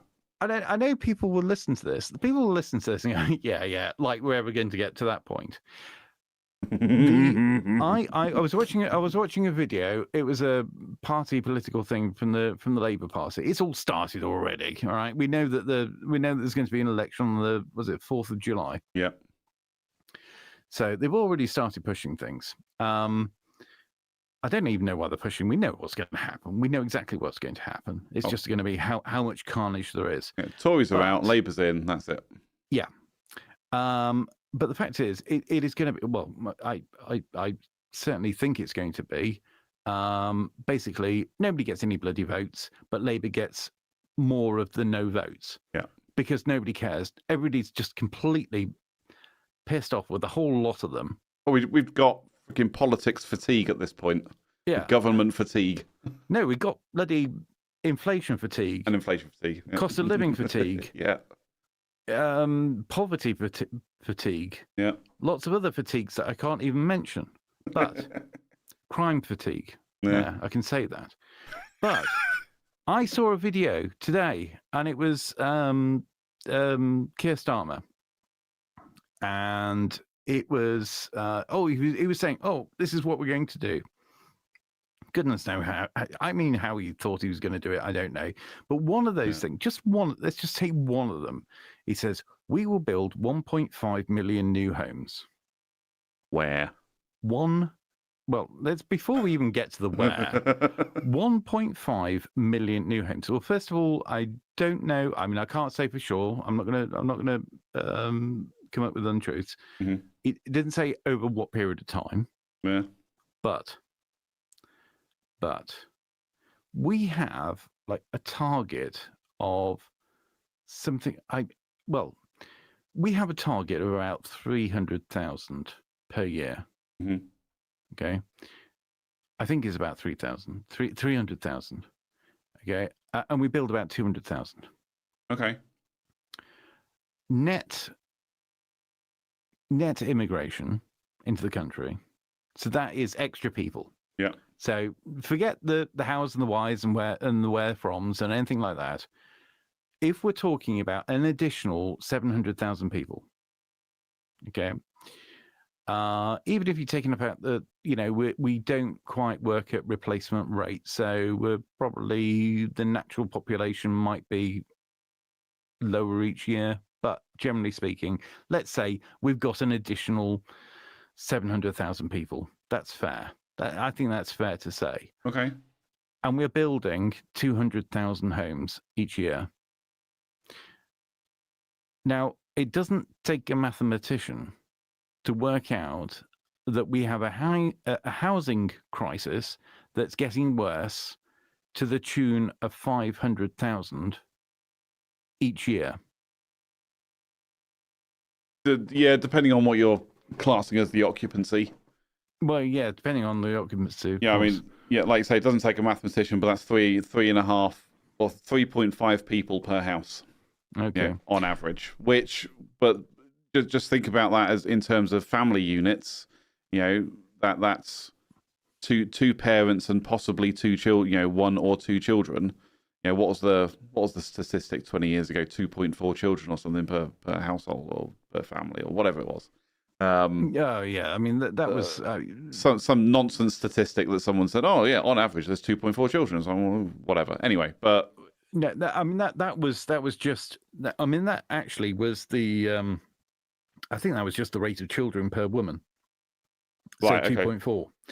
So like at the moment, I mean our replacement rate is 2.1. To have a replacement, we're at about 1.6, I think. Okay. So we're well below replacement rate. Right. Replacement rate, we're well below replacement rate across the world. So we're going to have a massive reduction in people. But anyway, the point is, we've got an increased population year on year, well beyond the amount of homes that are being built. Well beyond. Yeah. Well beyond. I don't know where 1.5 million homes are going to come from. Like I say, you haven't specified a period. I say hasn't specified a time frame, and if we're targeted for 300,000 per year, you know that's 5, 3, 6, 9, 12, 5 years. That's 5 years. If we're only doing 200,000 a year, well, that's now 7.5 years. Yeah. Is that? I mean, that's attainable. But you also, if it's attainable. It is.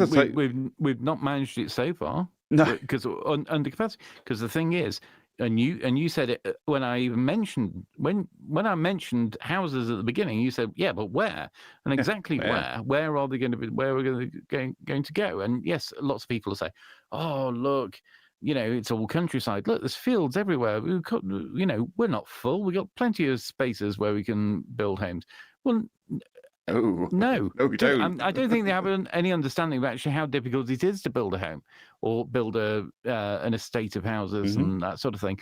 The amount of time and effort that goes into it. Because what they'll do is they'll see a patch of land, and then one day there's nothing much going on. It's a bit of mud, then some diggers, and then very quickly they come up, don't they? When they start building. So a week later, you have a house. Yeah, it's just there. but it's the months and years before that. Yeah. In terms of the planning, finding a plot, deciding, whether they can buy it and all the financials to do with that. Yep. And then they've got to do so many different inspections. Yep. They've got to make sure that, probably that they don't have like a vole or something nearby. Or so you got to make sure there's not a certain type of beetle that's they've got to think of bats and bats, owls, everything you possibly think of. So many, what's the word? Like impact reports and things like that. Also, the environmental studies and all this stuff that goes into it. Yeah. Oh God, it's ridiculous. Yeah. So once they've all decided that there's no bats and somebody with a bad leg isn't going to be affected in the next town and all that sort of thing, eventually they will get permission. But that's the thing that's holding them back. That is why there are not the houses being built that are the target. Yep. Because it's like any business. If you were a house builder, that was your business, what would you be wanting to do as much as possible? Build houses. Yes. Especially when you're being asked by the government to build lots of houses because they're dishing out the same target every year. Yeah, exactly. Yeah. Exactly. So again, that's a promise. Now I can't see it happening. Oh, obviously we don't know what the timescale is, but they're saying 1.5 million homes. The other thing you said about, well, it depends how many people there are in each home. Again, let's look at the reality of it. Yeah. How many people occupy a space, a home, and what do we call a home? I mean, it could be just 3 rooms. One of them happens to be a kitchen. Yeah. It could be just that. We're not talking about, every home is a 3-bedroom, semi-detached property. No, so I mean, you get 1-bedroom flats, so you get studios, bed sits, this kind of thing where everything's just in one room, and I think some people are quite happy with that. But I don't think they are. Well, some people are. I'm not going to say everybody. Some people maybe, but some people are just like that's what they end up with. I mean, this is the thing that's very depressing: is that so many people are living in these HMOs, house of home of multiple occupancy, or whatever. Yeah. So basically, bed sits, small bed sits, shit bed sits. And not necessarily because it's cheap, because it isn't necessarily cheap, especially if you look in the cities. Well, I was going to say, particularly London. Yeah, I was going to say, I mean, I haven't got personal experience, but I know somebody that did live in a bed sit at one point, and it was in a town centre, and it's ideal for students or people who work in the town who don't earn a lot of money, who need somewhere close by because they can't afford their own transport. But like you say, at the same time, because it's in a town, it's more expensive. Yep. Yeah, or can comparatively, if you put this same standard of property outside of the town, it is more expensive in the town. But again, that's just how towns are designed and built now. All of your high density housing is, in the town, and then the further out you go, the lower the density of the housing. But then the price also goes up because you're basically paying for luxury. Yeah, you're paying for the luxury of having space. Yeah, but that again, it's so weird because that never was a luxury. Obviously, for some people, it's always been a luxury. And if you look at it globally, of course, yes, it is. Would be considered to be a luxury. Yep. But here, for working people, right, people with jobs, having space, having a room to sleep in, a room to cook in, a room to sit on your ass in, and a couple of others, that was not a luxury. No. That was something that people had. And some people rented, and a lot of people, well, some people, okay, I'll just say some people had the opportunity to buy their own home. Mm-hmm. But now we're in a situation where the social housing stock is taken up. I mean, there's practically nothing. I mean, I wouldn't fancy the chances of anybody on a waiting list. No. For that. Nope. And for the average person, the prospect of actually owning their own home is incredibly low. Incredibly. I agree. Well, that's it. I mean, that's exactly where I am right now. It's I rent my home. There is I don't think there's any way in hell, just by living on my own, I'm ever going to be able to afford to buy a home. It just is what it is. Yeah. I know. I mean, your circumstances are different. But let's say, for example, you were like single, living on your own in your particular place. If somebody came along and joined you, and you obviously you've got enough space for two people to live there. Yep. I mean that would make it potentially possible for a couple to put together money for a deposit, perhaps in the future. Yep. But then you think about the people who are living in these homes of multiple occupancy, the ones who are living in like 1-bedroom flats and things like that. When are these people ever going to be able to share? When are they ever going to be able to develop the relationships that they can actually feel that they can do that? And where do families come from? I think if people are in like a 1-bed flat and they simply do not have the space, like another bedroom or anything like that, it's just going to stop them from thinking about having children. I think this is something that we can maybe pick up after a short break. Okay. All right. We'll be right back, folks. Stick around, keep chatting, etc. Be right back.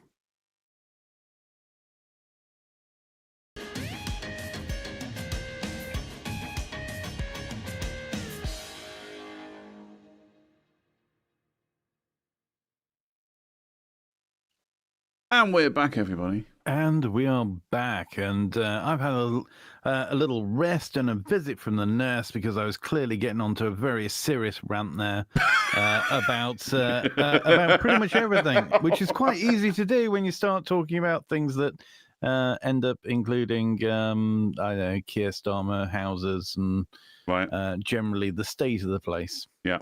And it all leads back to just the one big question on our minds today, Ted. Which is, are shops really necessary? Well, yes, absolutely. Something that we've been talking about all this time. Yeah.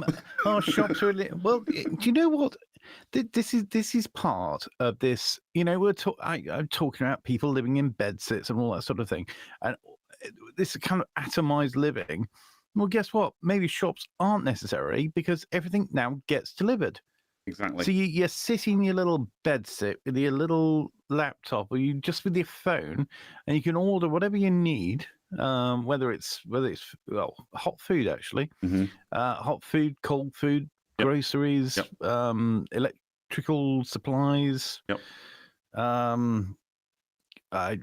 Goodness knows. I mean, probably really inappropriate things as well, and they can all be delivered. Inappropriate things? Yes. I feel like some elaboration is required. If it's Well, it's the if it internet. is safe, Anything safe... inappropriate, you can probably have summoned to your Oh, front okay. door. Well, can't yeah, you? I'm with you. Yeah. Because I was just about to say, do you think there is anything that you cannot buy online? Dignity. No, I Happiness. happy. No, yes. Yeah. They always say money can't buy you happiness, but yeah, it helps. absolutely. Just gonna say it helps. I tell you what, you can't buy online or anywhere for that matter is merch of the Tuesday show. We need to sort out some merch, don't we? We really do. Didn't we discuss? People Didn't we living in discuss their this? bed sits worrying about the cost of mortgages? At least then they can have a T-shirt or some other little bit of plastic crap that we've bussed over from China. Here we go. We'll just get what's on my desk. Here we go. We'll just get a pen part and we'll slap a Tuesday show logo on it, and away we go. Job done. Yeah. Well, we could do stickers, couldn't we? We really could. Yeah, because that would be really cheap as well. Yeah, and quite easy to do. You know what? That's really not a bad idea. Do you know what they used to do in radio stations? They used to do what do you got? Car stickers. Yeah. That used to be all the rage, didn't it? Every radio station would have their own car sticker. Yeah. I think what we need is a Tuesday show car sticker, and what we can do, we can give it out to, like the top comment or the top whatever you call it. What's this thing? Chats. Yeah. Yeah. Super chat. Well, when we get to a point where we can take super chats, whoever super chats will get a free sticker. How's that? Yeah. Yeah. A free Tuesday show car sticker. Yeah, it'll be a prize, and then they can display it proudly in the car that they won't own ever because it's on a hire purchase. I wonder, are stickers still really a thing? Not that I'm trying to poo-poo the idea or anything, but are stickers still really a thing? Again, when I'm driving around and I'm traveling for work or whatever, I don't notice. Well, the only sticker I notice on cars is, and a bit of free advertising for them, is Arnold Clark on the rear screen of cars where someone's either bought or hired a car from Arnold Clark. Right. And that's all I see. I don't really see car stickers anymore. Sometimes it's we get the boy racers, and they've got stickers like "Oh, fuck off" or just something like that, or "monster," or something swearing, inappropriate, and something about them, something that sums up their character. Yeah. And then increasingly, sort of girl racers. Okay. Or not necessarily racers, but they got powered by fairy dust and all that sort of nonsense. Yeah. Yeah, so they've usually got something pink on there. And that's it, really. I think they probably have it more in the States. They've got a whole culture of bumper stickers, particularly in the sort of mid. Yeah, I was going to say, I know this was sort of Trump or die kind of thing on the back of the truck, Wow. Yeah. Ted, whoa, hang on, Ted, hang on.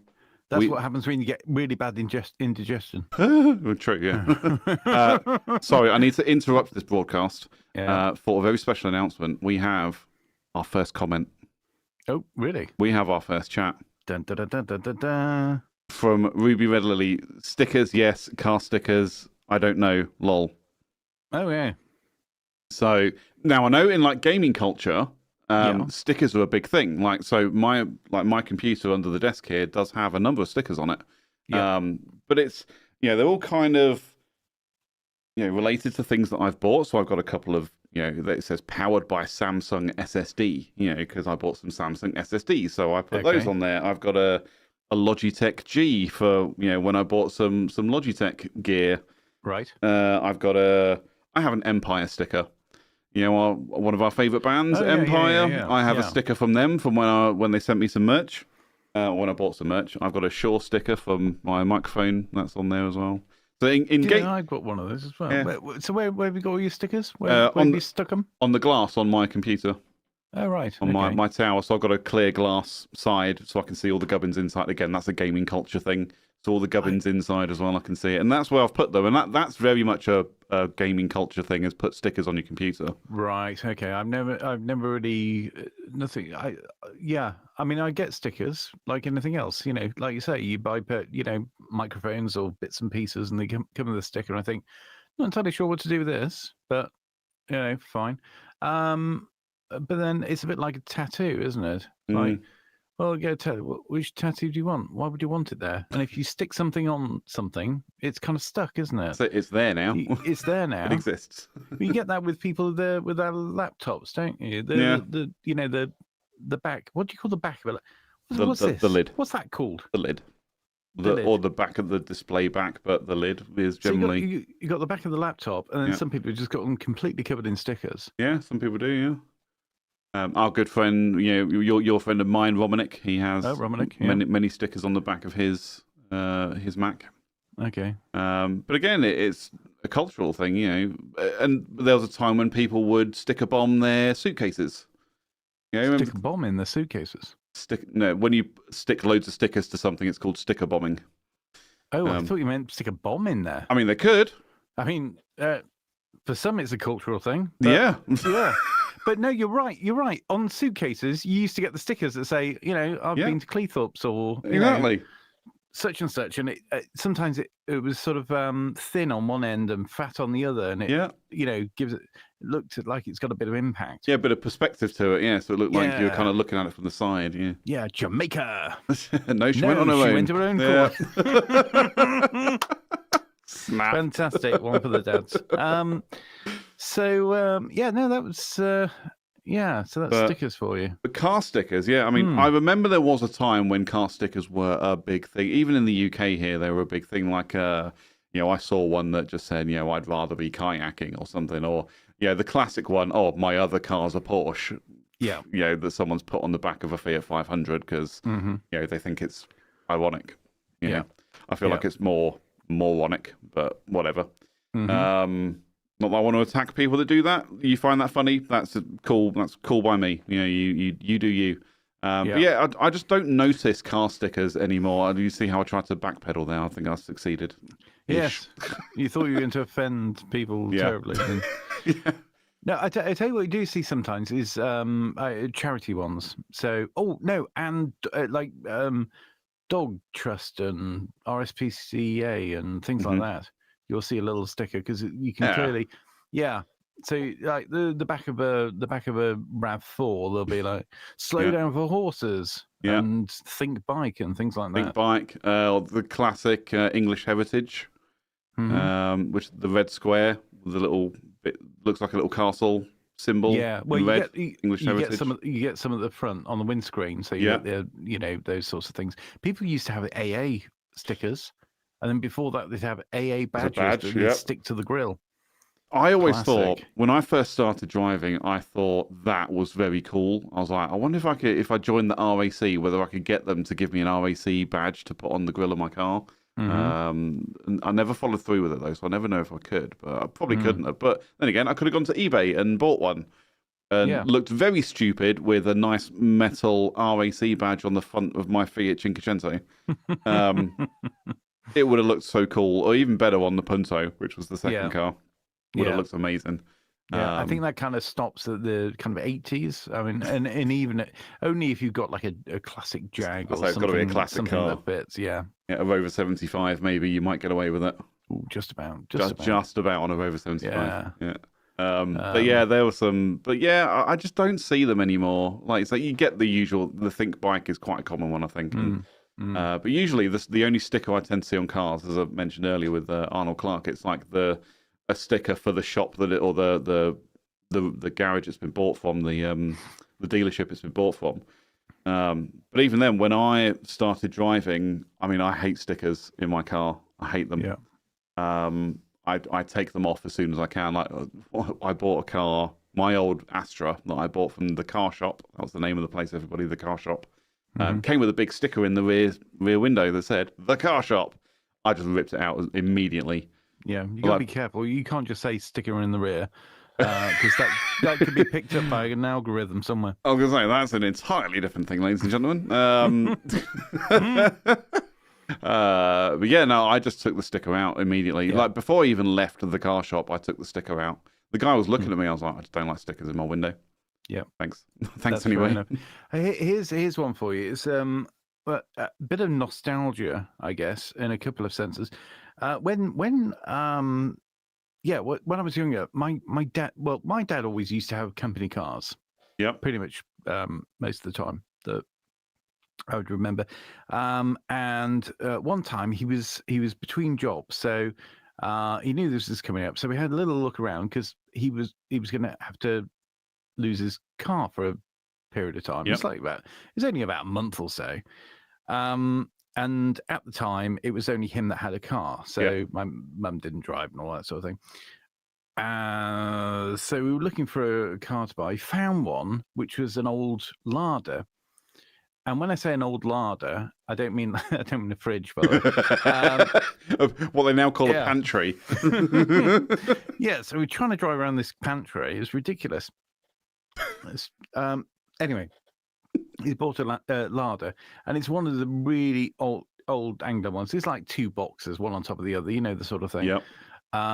Goodness knows what the reg was. I mean, I think it might have been one of the older ones. With the letter at the end. Whether the single letter was on the end rather than at the start. Yeah, I'm pretty sure it was. Yeah, that's old. Yeah. Then again, my first car had one of those. But anyway, this old Lada, I think it was some sort of hideous color. I mean, or whatever. I can't remember. It's like beige. Oof, beige. It's like sort of a creamy, mustardy sort of thing. Mm-hmm. You wouldn't choose it anyway. Anyway, it was really old Lada. It's like one of the older Ladas. Yeah. Older Ladas. Actually, it was a great car, and it was really fun. Obviously, for me, brilliant, buy this car. It cost £100. You paid £100 for this car. What's that in today's money? Well, it's very hard to tell. I mean, in terms of car, you know what? Probably, I don't know, 400 or 500. It would be like you just go out and buy a bit of a banger for £500. Right. That Okay. kind of thing. Yeah. Okay. Yeah. Anyway, got this car, and an interesting feature of it was the two back doors wouldn't close properly.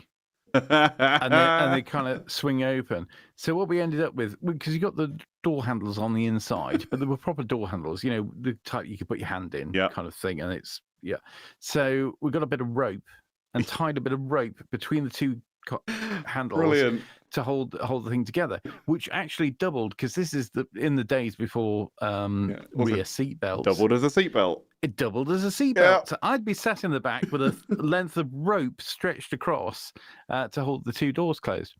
Oh. So it's quite, obviously that's kind of a fun thing for a child. But yeah, going back to stickers in this car, because obviously, again, it's a bit of an ironic thing. We knew it was a shit car because for a start it was a Lada, then it was an old one, then it was a knackered one, then it had two doors that didn't work. So we got I don't know, some shop. I mean, it might have been a motoring shop or whatever, auto factors they used to call them before Halfords came around. A sticker with Arthur Daly's car sales on, and stuck that in the back window. So just like you'd have a dealer sticker, we had one from Arthur Daly. Now, for those people who have no idea what that might mean, this is from a very popular TV show back in the 70s, 80s, into the 90s, I think. Certainly 80s and 90s, called Minder, Yeah. And one of the main characters was Arthur Daly, played by George Cole. Okay. Yeah. And he was a bit of a wheeler dealer. So if you think like Del Boy Trotter. It's like classic Del Boy. Yeah, but a little bit more, with a little bit more class, you know? Okay, it's like, less Cockney, more toff. Yeah, well, probably wannabe, you know? Yeah, all right. They both came from the same place, but one's done slightly better than the other, and actually has a car lot rather than the three-wheeler and a suitcase full of broken full of trash, broken phones or whatever he was trying to flog. Yeah, but a classic TV there. Wonder if people do that still. Do people still try and sell stuff out of a suitcase? Yeah, and what do they try and sell? Is it literally like just old mobile phones that they found and just happen to work, or maybe don't, and just go, here, buy a phone for 10 quid?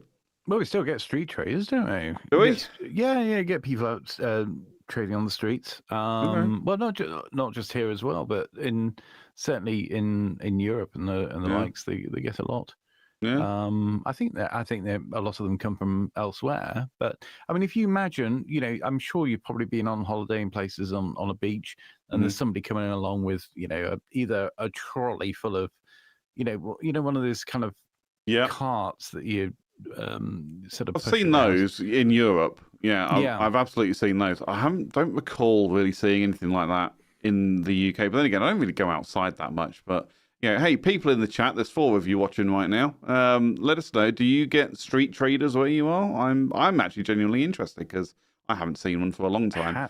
Has somebody tried to sell you something in the street? Yeah, let us know. The closest I've come to a street trader is I was walking through London for work years ago, and this guy came up to me and he's like, "Oh, I'm trying to trade up," and I guess it was maybe the start of this, trade up fad thing that was going on where and he goes, "Oh, I started off with a paperclip and I traded that for a Bic ballpoint pen, and now I've traded that for a small pack of paracetamol that's had 2 used out of it, so now I've got 6 paracetamol in an 8-pack thing, and now I'm looking to trade this up for something else." I was like, "You want me to give you something in exchange for unknown drugs?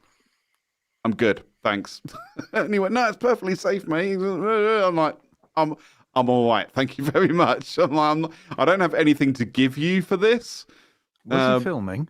No, I didn't see any cameras or anything. Literally just some random guy coming up to me going, "I'm trying to trade up." I was like, no, I literally just went, "No, no, thank you." I was like, even if I had something to trade with you, you're going to give me these, I'm going to throw them straight in the bin because I have no idea what they are. It may say paracetamol on the pack, but I'm not going to try them. So,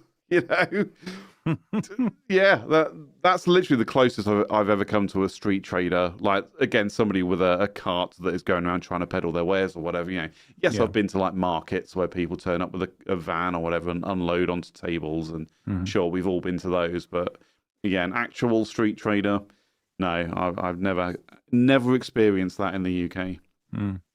No. Used to get the travelling community, which is what we call them now, coming to the door and trying to sell Lucky Heather. Lucky Heather. Lucky Heather. Lovely girl.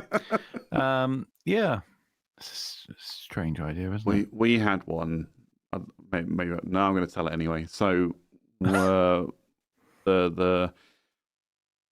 one of the first houses we lived in after after we moved northward away from London, we were then looking, or my parents were looking to sell that property to move somewhere else. And we did have a member of the travelling community come to the house to literally offer us, this again, to show the age, it was a 3-bedroom house, 3-bed semi in a nice area, in a nice, in a fairly nice town at the time. We were trying to sell it for 60 grand. That's how long ago it was. That house now is probably worth about 250. Just to give the audience an idea of how long ago this was and how property prices have skyrocketed.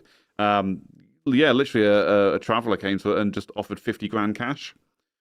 It was like, "I'll buy this house from you for 50 grand cash." Obviously exactly what he's trying to do. He's going to buy it and then just rent it for extortionate amounts of money.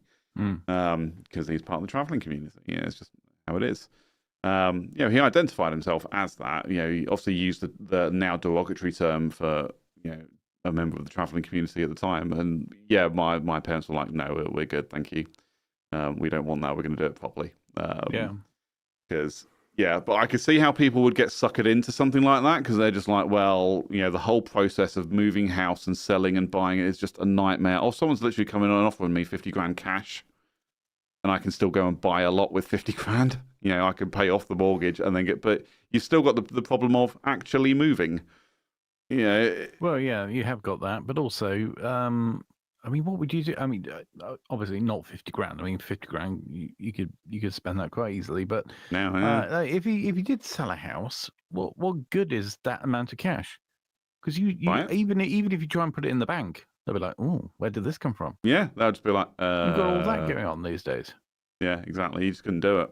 But yeah, and also going back to what I was banging on about bloody inflation. Yeah. Can you imagine having that much cash? I mean, you're losing money every moment. Yeah, every minute that's not in a bank, you're losing money. Get out there.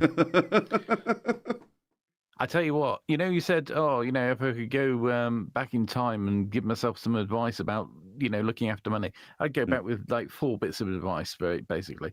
And they'd be in this order. It'd be, right, okay, listen. Remember these. Microsoft. Apple. Apple. Bitcoin. And another one I've forgotten. Sorry, I totally stomped on what you were going to say by throwing my suggestions in there instead. Well, the last one was Bitcoin anyway. So, okay. yeah. Oh no, I tell you what. Yeah, no, yeah. Actually, that's not the last one. So we got Microsoft, Apple, Bitcoin, and more recently, Pfizer. Yeah. I'd be coming up with that. Pfizer, AstraZeneca. I mean, you can name so many big brands. Google.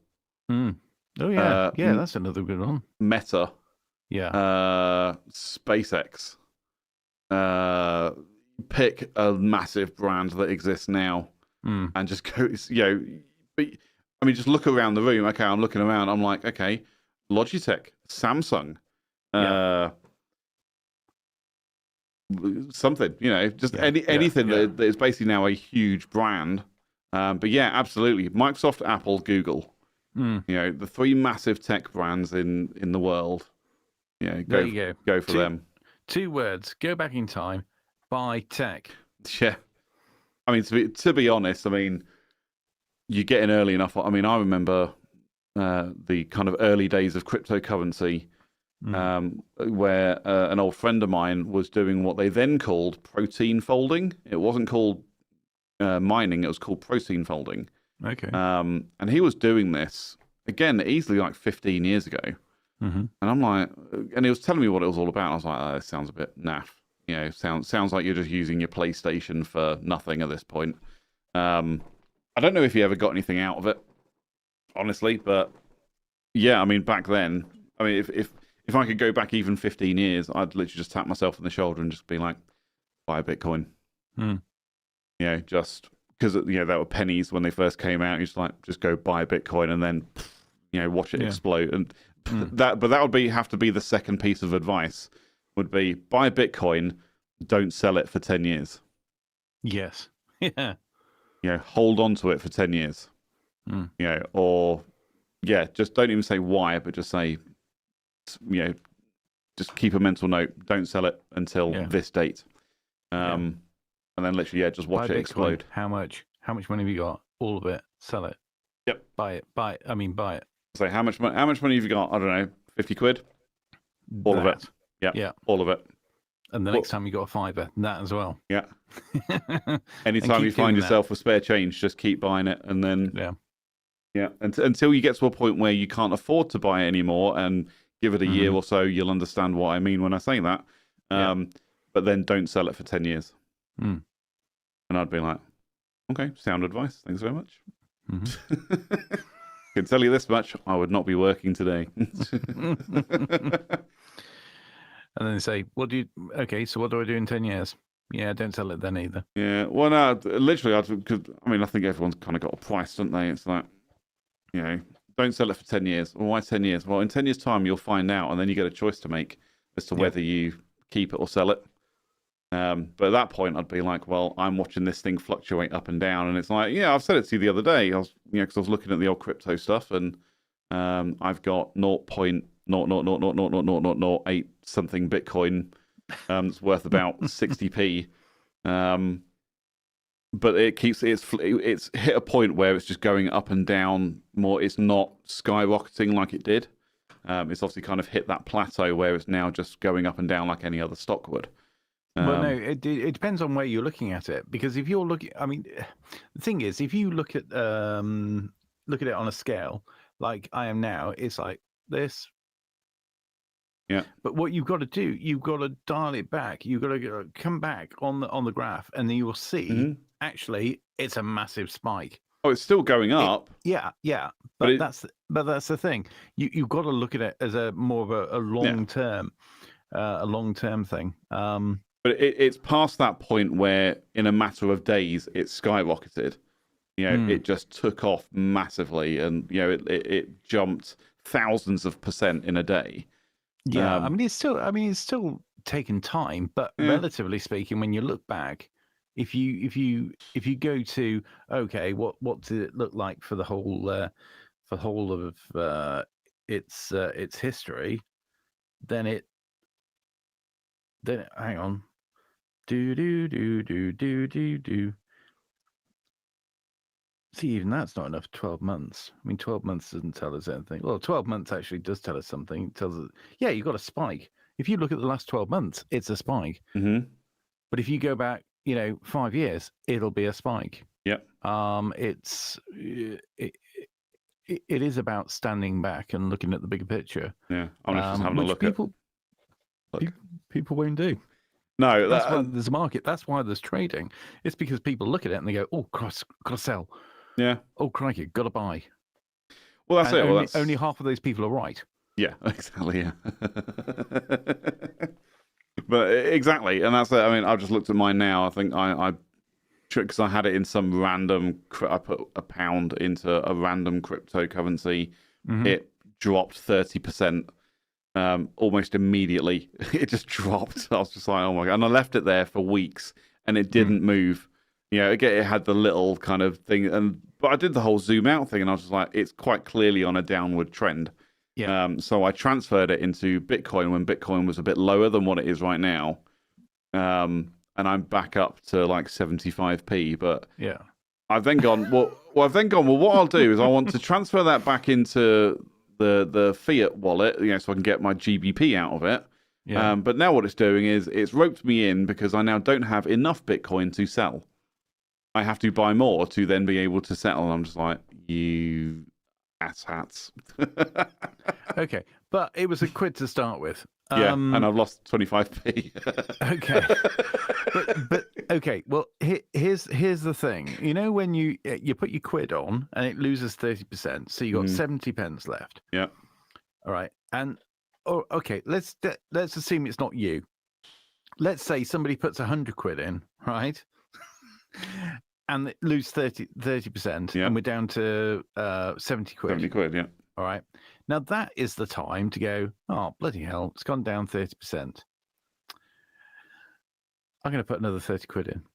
Ooh. But wait, you say, ooh, but this is the issue.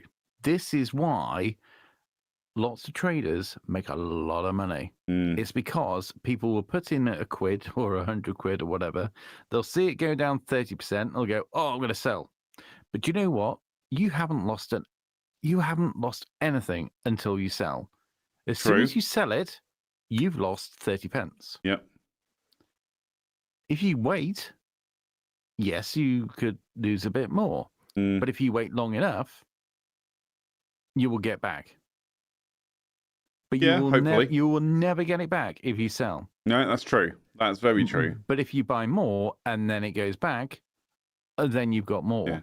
Well, so the idea I had was, so I bought it when Bitcoin was low, and then it's obviously gone back up a little bit. So I'm like, right, so I've made 5p back on it. I want to sell that to get my GBP back, wait for Bitcoin to drop back down, reinvest it, wait for it to come back up, sell it, and keep doing it that way. Buy low, sell high, that sort of thing. Yeah. I'm very risk averse, and I don't like this idea of, investing more to try and make more. It's that's why I'd never be a good stock trader ever. I'm far too risk averse for it. I get nervous about my own money, let alone someone else's. Okay. I mean, just remember, you're getting really nervous about a quid.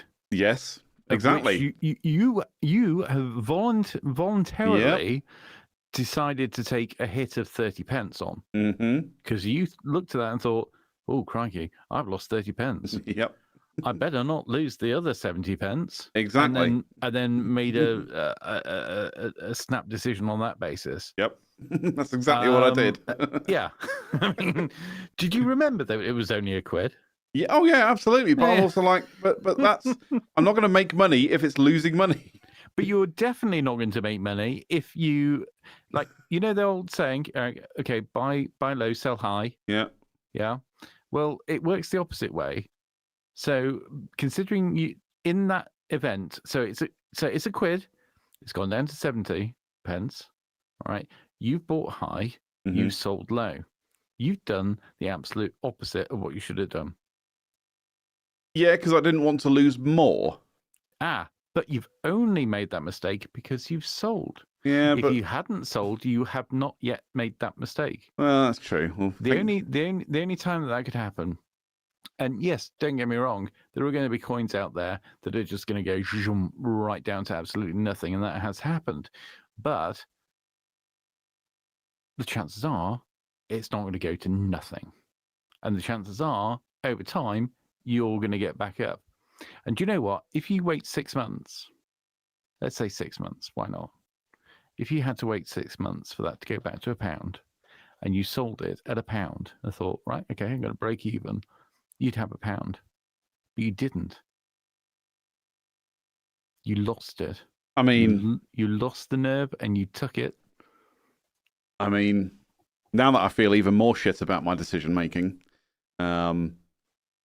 what do you think to shops?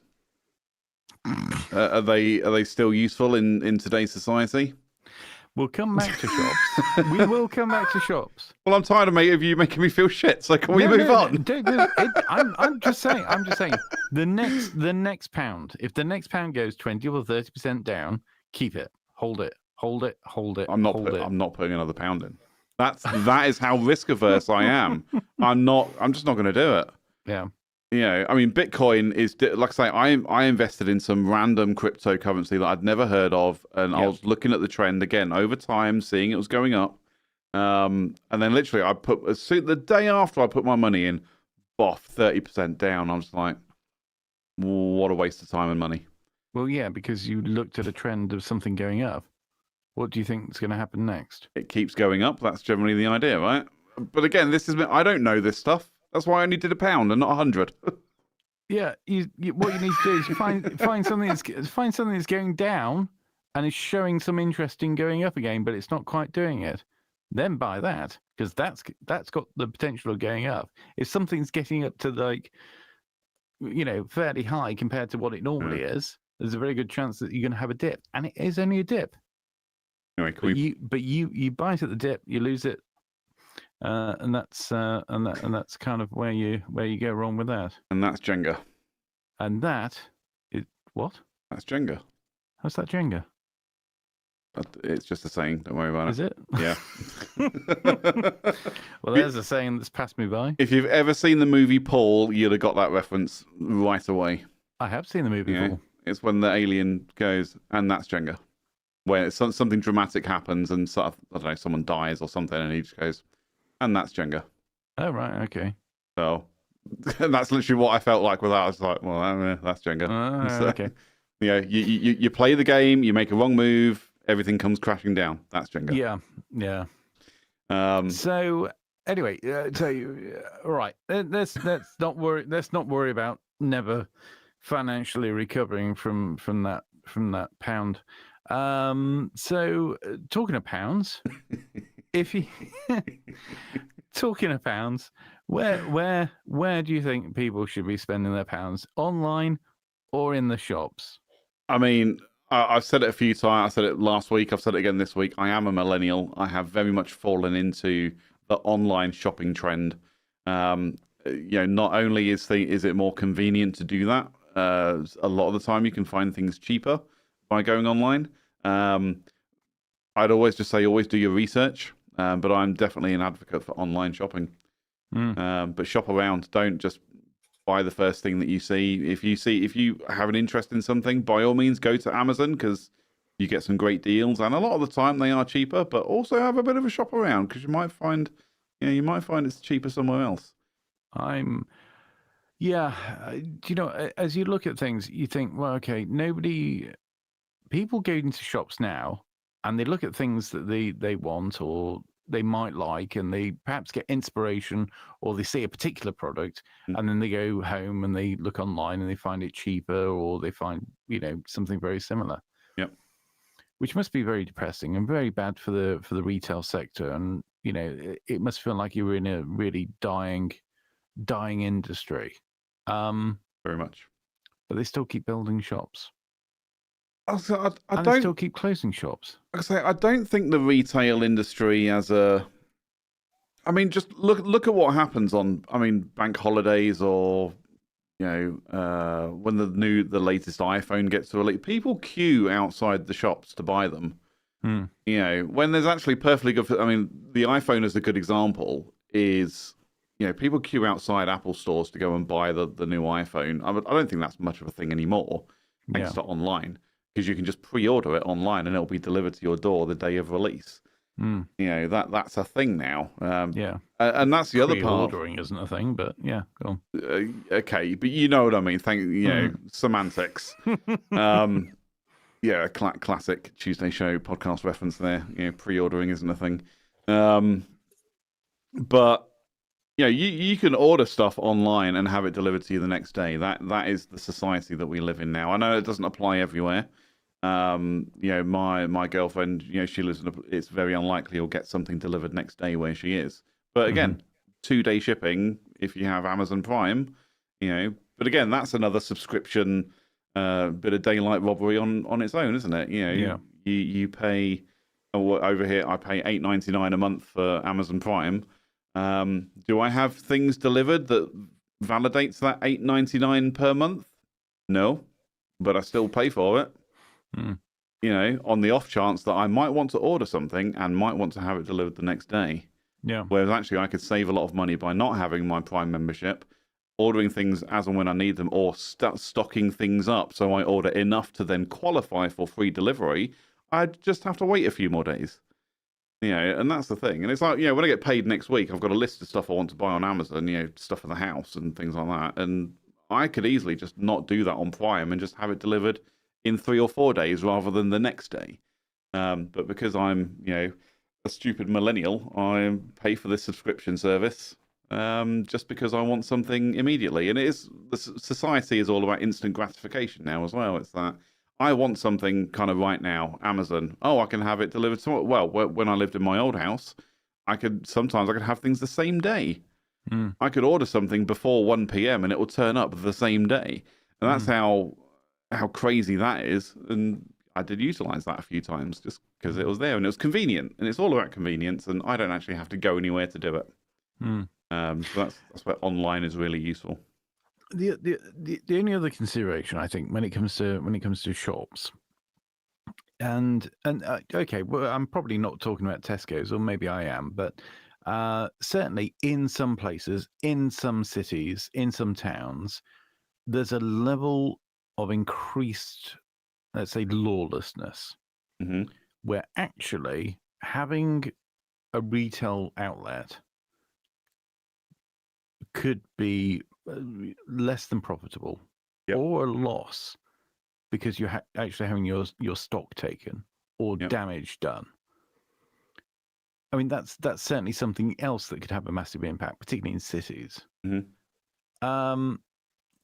But what I want to do, I want to tie up what we were talking about earlier about, going back in time and saying, buy Apple and Bitcoin and all these sorts of things, with actually what's happened on the high street. So high streets kind of look like they're dying because people are shopping online. So things have changed. And things have changed fairly rapidly. And it was accelerated. We all know that by lockdown, where basically you're sat at home anyway. So the only way of getting anything is to order it and have it delivered. Yep. Because somehow, if you drive a van delivering things, you're immune. You're immune from COVID. Fantastic. Anyway, that was a big change. Yep. We never saw it coming. Bitcoin, some people will have done, but most people didn't see it coming. Nope. So all of these things change, and we don't see it coming. Begs the question, what's coming next? What is the thing that we can't even comprehend or can't even think of? If we put our thinking caps on, can we work out what it's going to be, where we need to put our money, or our thought, or our energies into? How can we take advantage of what is next? Hydrogen. Hydrogen's been talked about for a long time. I mean, we're talking. I mean, fuel. We're talking about fuel cells. Yep, hydrogen fuel cells. I mean, they've been working on these for like 3 decades. Mm-hmm. But because of this growing need to be green and protect the planet, reverse climate change, the focus is being shifted back to hydrogen fuel. Mm-hmm. And how it can actually, what's the byproduct of burning hydrogen? Oh, it's water. Okay, great. We need that. Yeah. And the shift is, or the focus is shifting back towards hydrogen fuel cells. I can't tell you, I don't have any facts and figures, but I know like Airbus as a aviation business are trialing or prototyping hydrogen fueled aircraft. Mm-hmm. So that's going to be a thing.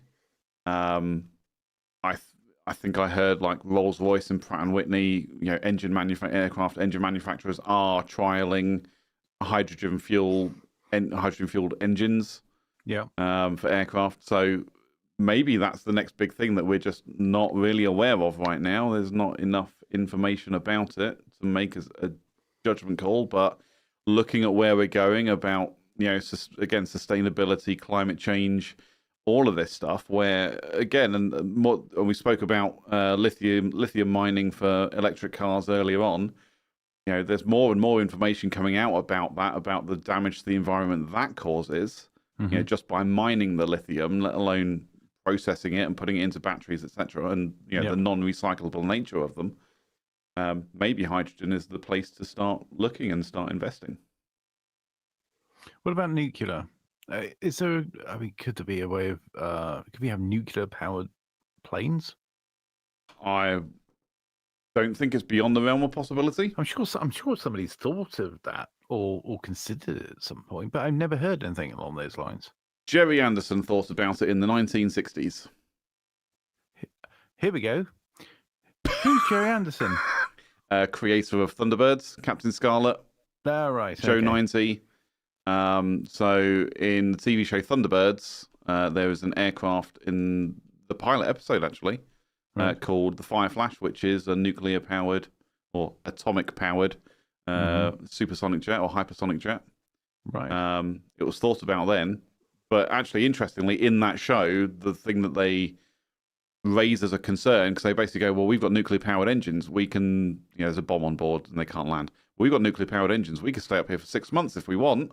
But the radiation that is generated by the nuclear engines will affect the passengers in a few hours. So we can't actually stay. And that's probably the key consideration when it comes to nuclear-powered aviation or nuclear-powered anything is radiation. We have nuclear subs. We do. And I'm pretty sure we wouldn't man nuclear subs if it only took a few hours for them to have radiation poisoning. So there must be a way. Yeah. I think the difference being with a nuclear sub is you don't have to keep it in the air.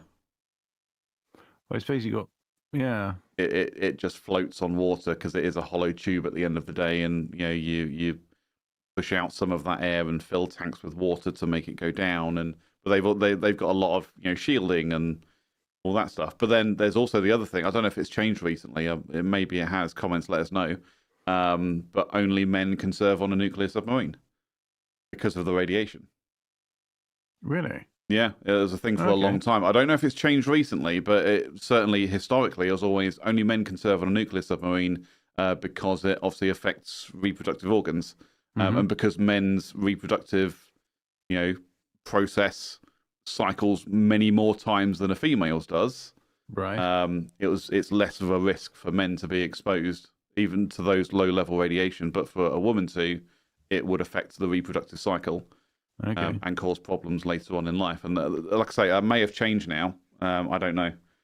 But that was always the thing. But yeah, the difference with that is they've got heavy shielding, but they don't have to keep it flying.